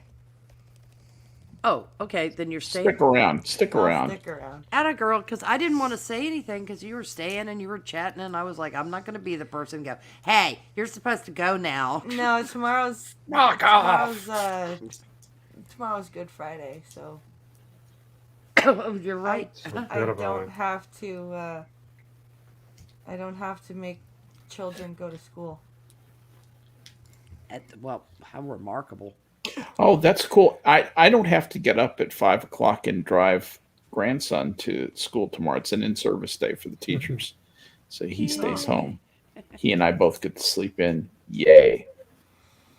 No, I got, so the frickin' teachers sent everything home just in case they're locked down, and they're expecting to go back after Easter break, but I keep saying, because we're having our spring break in April this year, and I keep telling people, I'm like, just watch, after spring break they're gonna say we're not doing in-person learning until September. This is my prediction. Well, everything else And they've I've- done has been shit. Well, I've already, Pink Hollow and I've already talked about it. We're like, we're not gonna make Alex sit in front of the computer for 6 hours again. He can check in, and I still have access to Google Classroom, so I can see what the lesson plan is, right? And Yep. I will do the lesson plan with him. We will adapt it for our own. Like, I am not making him sit there on a fucking computer from 9 in the morning until 2:30 in the afternoon with a 40-minute break. He's Good fucking preparation for adult life, though. Well, Set the expectations low to begin with. That's so true. And the Here's crazy, your cubicle. I mean bedroom. Sorry. And the crazy thing is that the way that they teach now, each unit is only 2 weeks long. So they basically scratch the surface of a topic and then move on.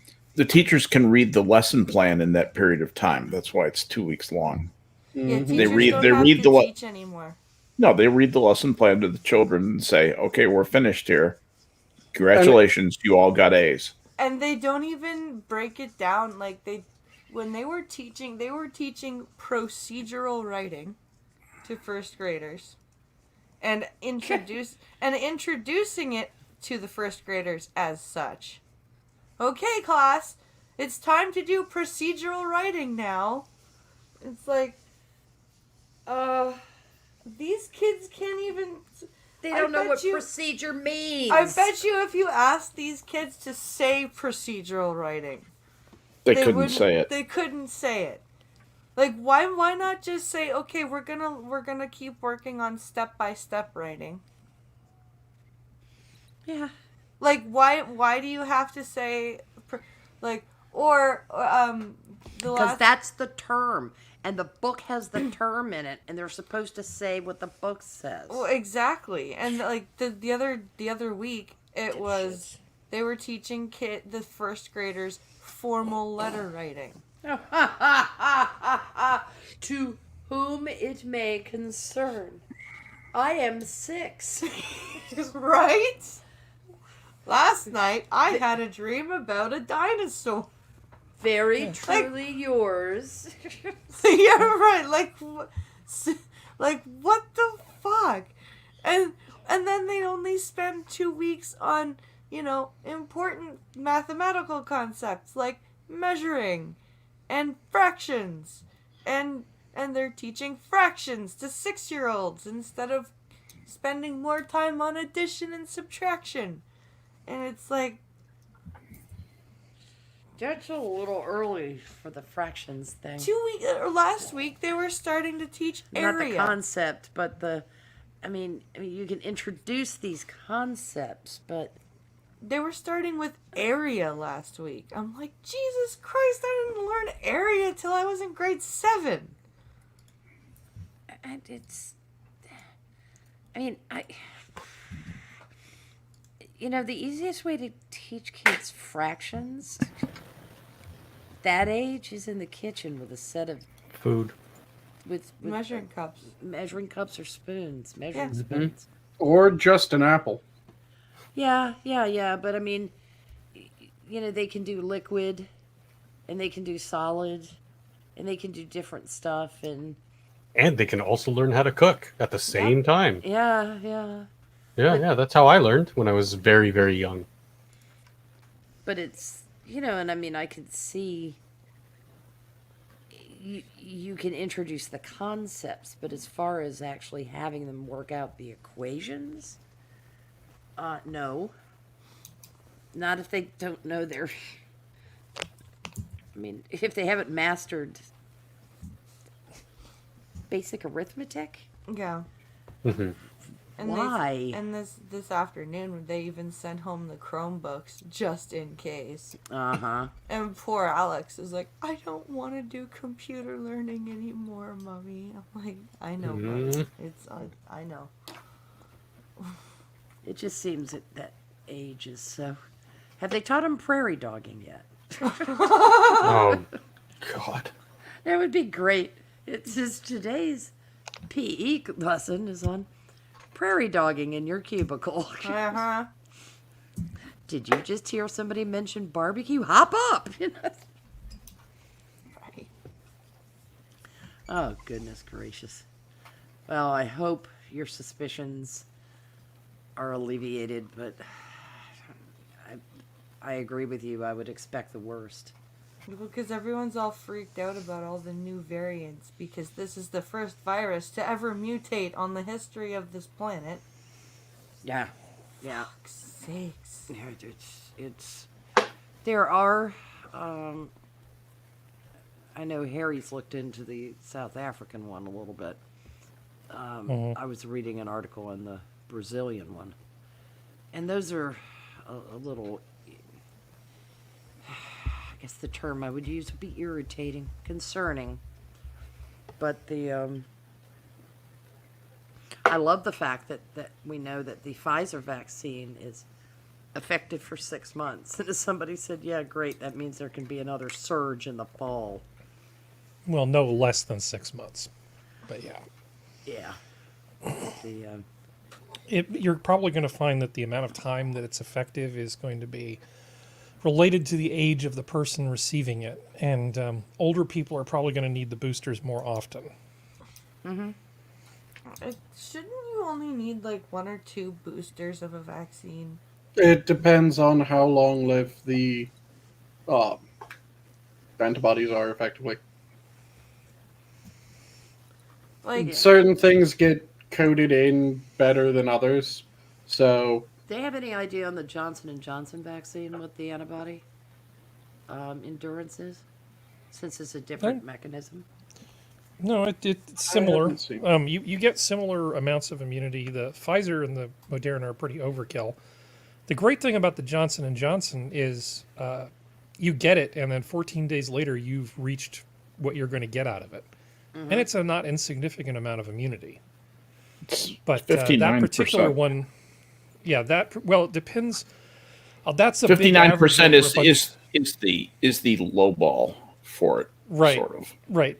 Well, they were trying to figure out why it kept coming up with different efficacy rates in different places they tested it. And it's like, yeah, because it responds, it gives you the least protection against the South African variant, for instance.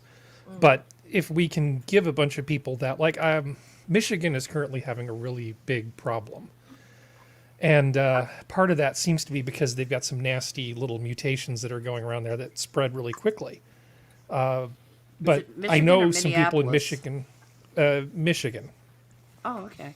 And Michigan they were probably constructed by the governor. Yeah, so, because lockdowns work really well. Sure. But no, there a bunch of people there are starting to get a lot of the Johnson & Johnson because you get it, one dose, 14 days later, you've reached your full immunity. It's fantastic. It may not be as effective, but in terms of just, let's shrink the size of the petri dish so there aren't as many people to host mutations, it works really well. You just go in, give everybody that one, and it kind of, throws a blanket on the fire pretty quickly. No, it's the original efficacy rate I saw of the J&J was 70. And Yeah, it just depends on where they did the tests. The I was international quoting testing the did not go British well. number. Yeah, and the Talking about the one that was reported in Britain. and that's about what you get with a lot of our regular vaccines. Yeah, people don't realize that most vaccines are, if they're 75% effective, that's a decent vaccine. Yeah, That's I think great. the measles vaccine is in that range. It's you really because you create functional herd immunity. You get enough people. It's exactly what Harry was saying. Actually, you shrink the size of the petri dish. That's a fine analogy. Yeah, there are fewer people to catch it too. So Yeah. And also, even if you don't get the proper immunity from it, it tends to be enough that it takes the edge off of whatever you end up contracting with standard vaccination. So you might not become immune to, let's say, chickenpox after getting the chickenpox vaccination, but then if you catch it, the severity of your chickenpox is vastly reduced. yeah, Or you'll that's- develop shingles instead well- of chickenpox. That can happen too. Yeah, if you harbor. Yeah. The phooey, what was I going to say? Oh, the thing that they had said about J&J was it was 100% effective against severe cases, moderate to severe cases, and that's what you want, because those are the people that are in the most jeopardy. And if you can eliminate hospitalization, that would be great. I still would like to see them push for some of the prophylactics with these variants, and stop trashing ivermectin and things like that. Allopathic doctors have a real prejudice against prophylaxis for a number of reasons. But I would hold up as an example their reluctance to use antibiotics prophylactically. There's evidence that, and it's good evidence that use of antibiotics prophylactically could probably save lives in the United States. Doctors won't do it. Because they call it treating diseases that aren't there. They are there to react to the disease. Bring the guy in on a gurney and I will fix him because I am the doctor god. And there is just an unbreakable lock against that. That's one of the things I used to inveigh against that when I was working for Pfizer, but it has stubbornly stayed with medical, especially the allopathic medical establishment, for years. You have gynecology, you have OB-GYNs who on a high risk, obese as all hell, C-section candidate, and they won't jab them with a bunch of ivermectin, prior to the surgery to get their levels up, because that's going to be the dirtiest fucking wound you ever saw in your life, but then they die of sepsis, or go through some terrible, recovery, with extra days in the hospital, as a result of the post-op infection. Well, she was obese. What do you expect?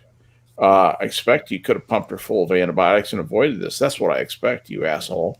The problem is that the reason why they're so hesitant to do that is it's the we're going to run out of antibiotic. They won't work anymore. I wasn't actually going for that. I was going for resistant bacterial infections. Yeah, that is also a major issue because people don't fucking use their antibiotics properly. But the one that I was going for is that it's a liability issue. They don't want to do a treatment that may or may not be necessary, but that's if absolutely it isn't right, necessary, and they get sued. Something goes wrong. Somebody has a anaphylactic shock from the ivermectin, goes into shock, dies on the table. This was preventable, Your Honor. I demand $10 million because there was no absolute need for the ivermectin. So why were they put on that? It was just done on a whim rather than with the proper indications. So because prophylaxis, the meaning of the word is on a whim. Mm-hmm. Yep, right. But that's what it will not be preventing harm. Mm-hmm. But that's what it will be interpreted as. I know, Sanguine. I know. You're absolutely right. You're absolutely right. But it's like if you've got an 80-year-old patient who already has respiratory issues, mm-hmm. and they get the influenza, I would be filling a prescription for an antibiotic because I'm just waiting for the opportunistic bacterial infection to give them pneumonia that kills. You're going to flood. You're going to flood their lungs with a high tissue penetrating antibiotic, probably a semi-synthetic penicillin analog, maybe a cephalosporin, and shove that into them to keep them alive. God's sake. Yeah, and Shields it's like up, red alert. But it's antibiotics don't work against viruses. It's like, no, but they do prevent the opportunistic, which is what kills most elderly people who get the fucking flu. Yeah, it's not the flu, it's the pneumonia afterwards. Well, they die of influenza and comorbidity pneumonia, or they can die of influenza if they're on their own and nobody's looking after them. They can dehydrate. But it's still, you see the two go hand in hand all the fucking time. And it's like... people think that pneumonia is a disease, and it's not. It's a syndrome. And there's a difference in that. Pneumonia is essentially fluid in the lungs. That's what it means. From the Latin. Whether the fluid in the lungs gets there from the influenza, which you can't do that much about, or a follow-on bacterial infection in old person or a fat person or an old fat person, like they are likely to get, it doesn't matter.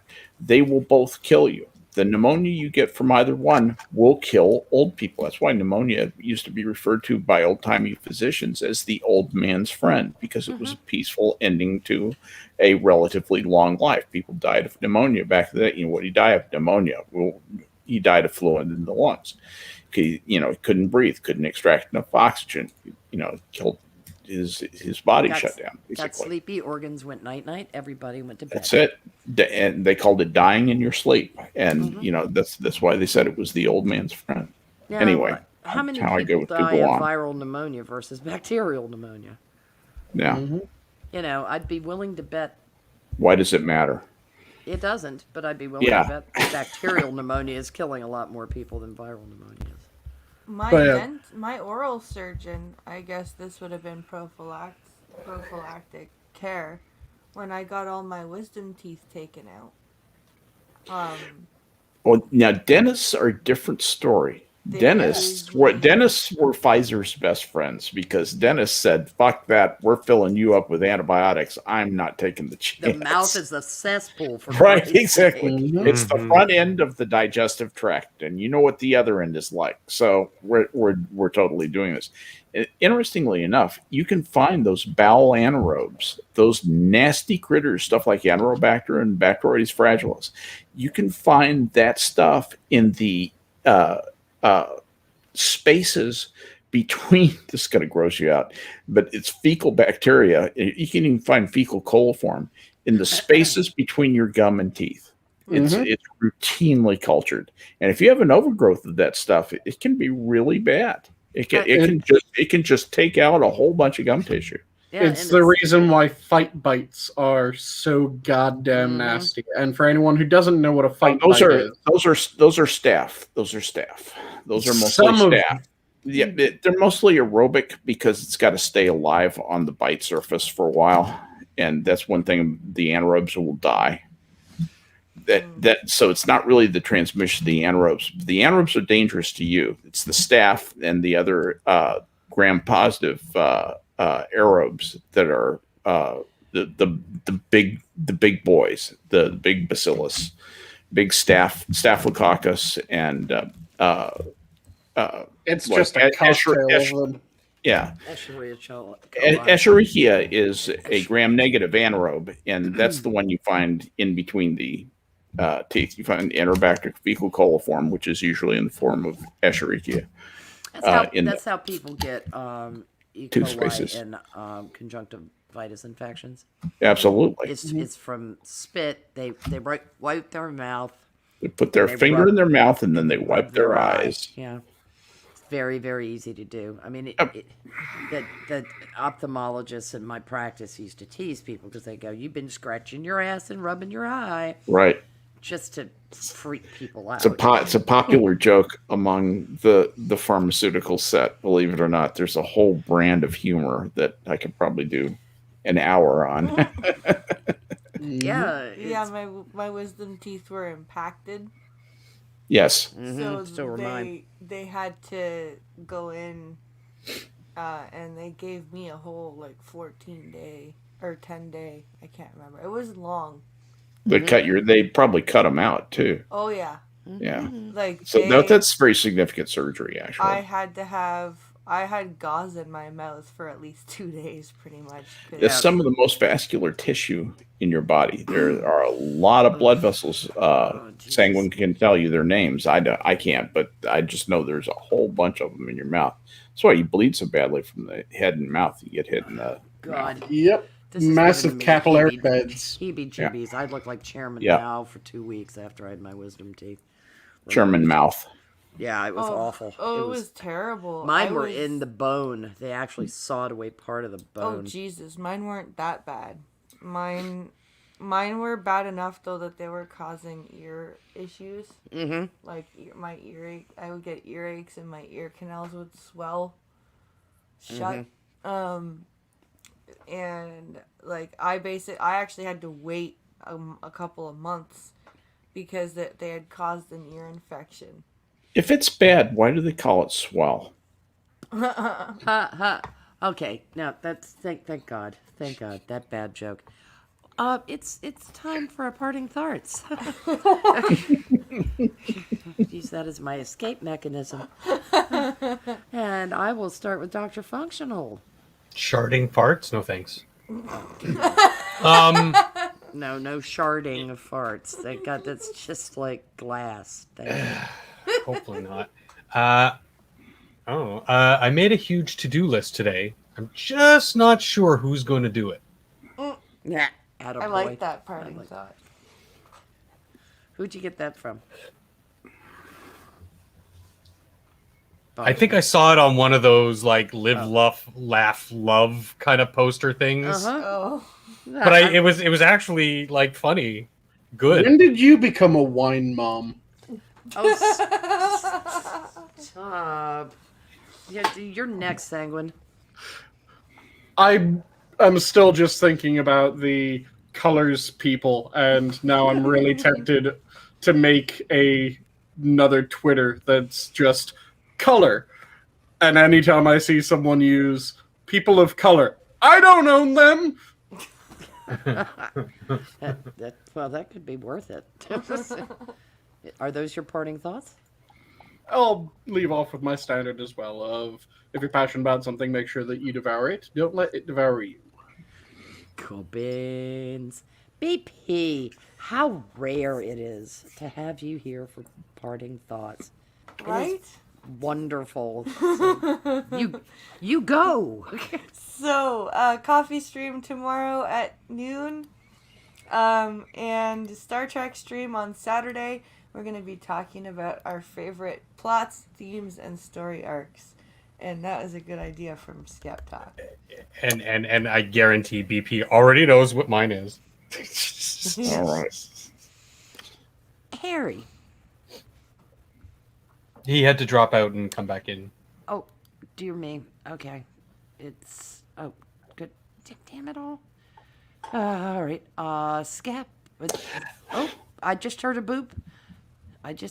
There's Harry just in time for his parting thoughts. From a parting thoughts, well, we're still trying to plan the Sunday day. I may not have enough people, enough fresh bodies to talk about literature, so it may just end up being the leisure stream, the arts and leisure stream, possibly. We may expand it to cinema and a bunch of other things. But yeah, I'm looking forward to picking up a random Sunday. That should be fun. And it's just the same old boring science and politics and crap on Saturday, of course. I kid. What literature are you planning on talking about? Well, actually, it's really dependent on the guests. I don't want to commit anybody just in case they decide to drop out. But I'm looking for some new blood because we've done 2 of these so far. And I think the key to having a good stream is to get some new ideas in. And a few people have kind of volunteered. So we'll see how it goes. There's only so many times I can talk about John Locke and Thomas Sowell. Yeah. For example. I was going to say, is this fictional literature, political literature, No, we don't care. literature? We don't care. Usually we just talk about books and books you should read and books you'll enjoy, books that are good for you. But I like books. I like books too. I might be interested. Oh, fantastic. Never have I heard someone say I like books in such a I like trains. I like books. That's Like the why I I like did it. turtles. That's Like why the I Burks did it meme. like that. I like books. Goosebumps are my favorite. I got a helmet. My favorite color is ham. My My books Rascal's are one all- of the red ones. It's the My fast books one. are all bumpy and stuff.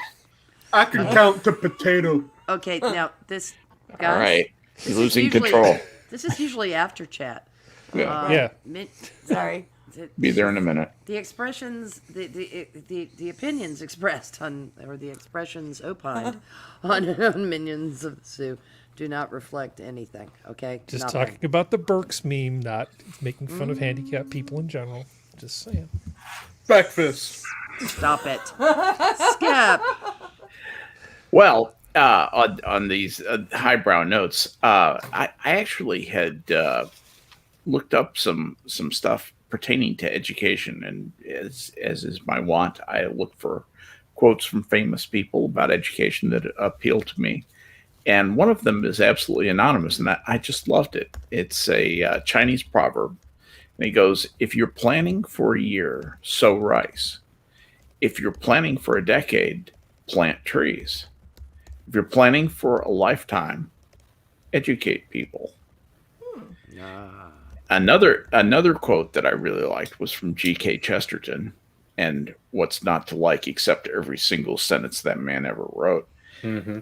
And that is, education is simply the soul of a society as it passes from one generation to another. Would that were still true. Mm-hmm.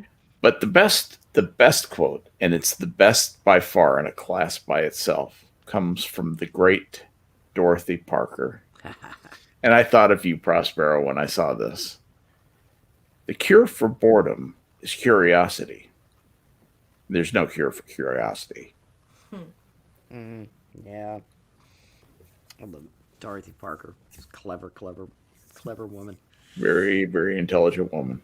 Deeply troubled human being, but very. Yeah, she wasn't nice, but she was smart. She was a mess. She was a hot mess, but funny. Okay, guys. Fun at parties, we heard. I have no clue who is going to be in the chair tomorrow, so tune in for a surprise. Not it. I know you're not it. It'll be. It probably will be me, actually. So. Or if no one else wants it, I'm due to pick up a Friday, so I think I'll volunteer right here and say it on the air. So all right, done so and Skep done. will be in this seat tomorrow. Yeah, I'll do it tomorrow. And you'll see a lot of the usual suspects, no doubt. Yes, I hope so. No, I am Skepticus. Okay. Oh God, why did Cory Booker have to ruin Spartacus? Why did he? That little shit. Him and Beto ruined a lot of things. They really, well, I mean, Like magic dirt. yeah, I was gonna say they didn't ruin Magic Dirt, but every time that comes up, I hear Magic Dirt. Ooh, Magic Dirt. You know what it's I just- hear? Anyone ever see the second Pirates of the Caribbean? Yes. I got a jar of dirt. I got a jar of dirt. Oh, well, You're that's going to a pay by happier- mile. That's a happier thought. And then that can be the parting thoughts for the minions tonight. And so, because I don't have any words of wisdom, none at all. With that, everybody, the zoo is closed. Good night. Good night. Have a good night, all. Bye-bye. Good night, everybody.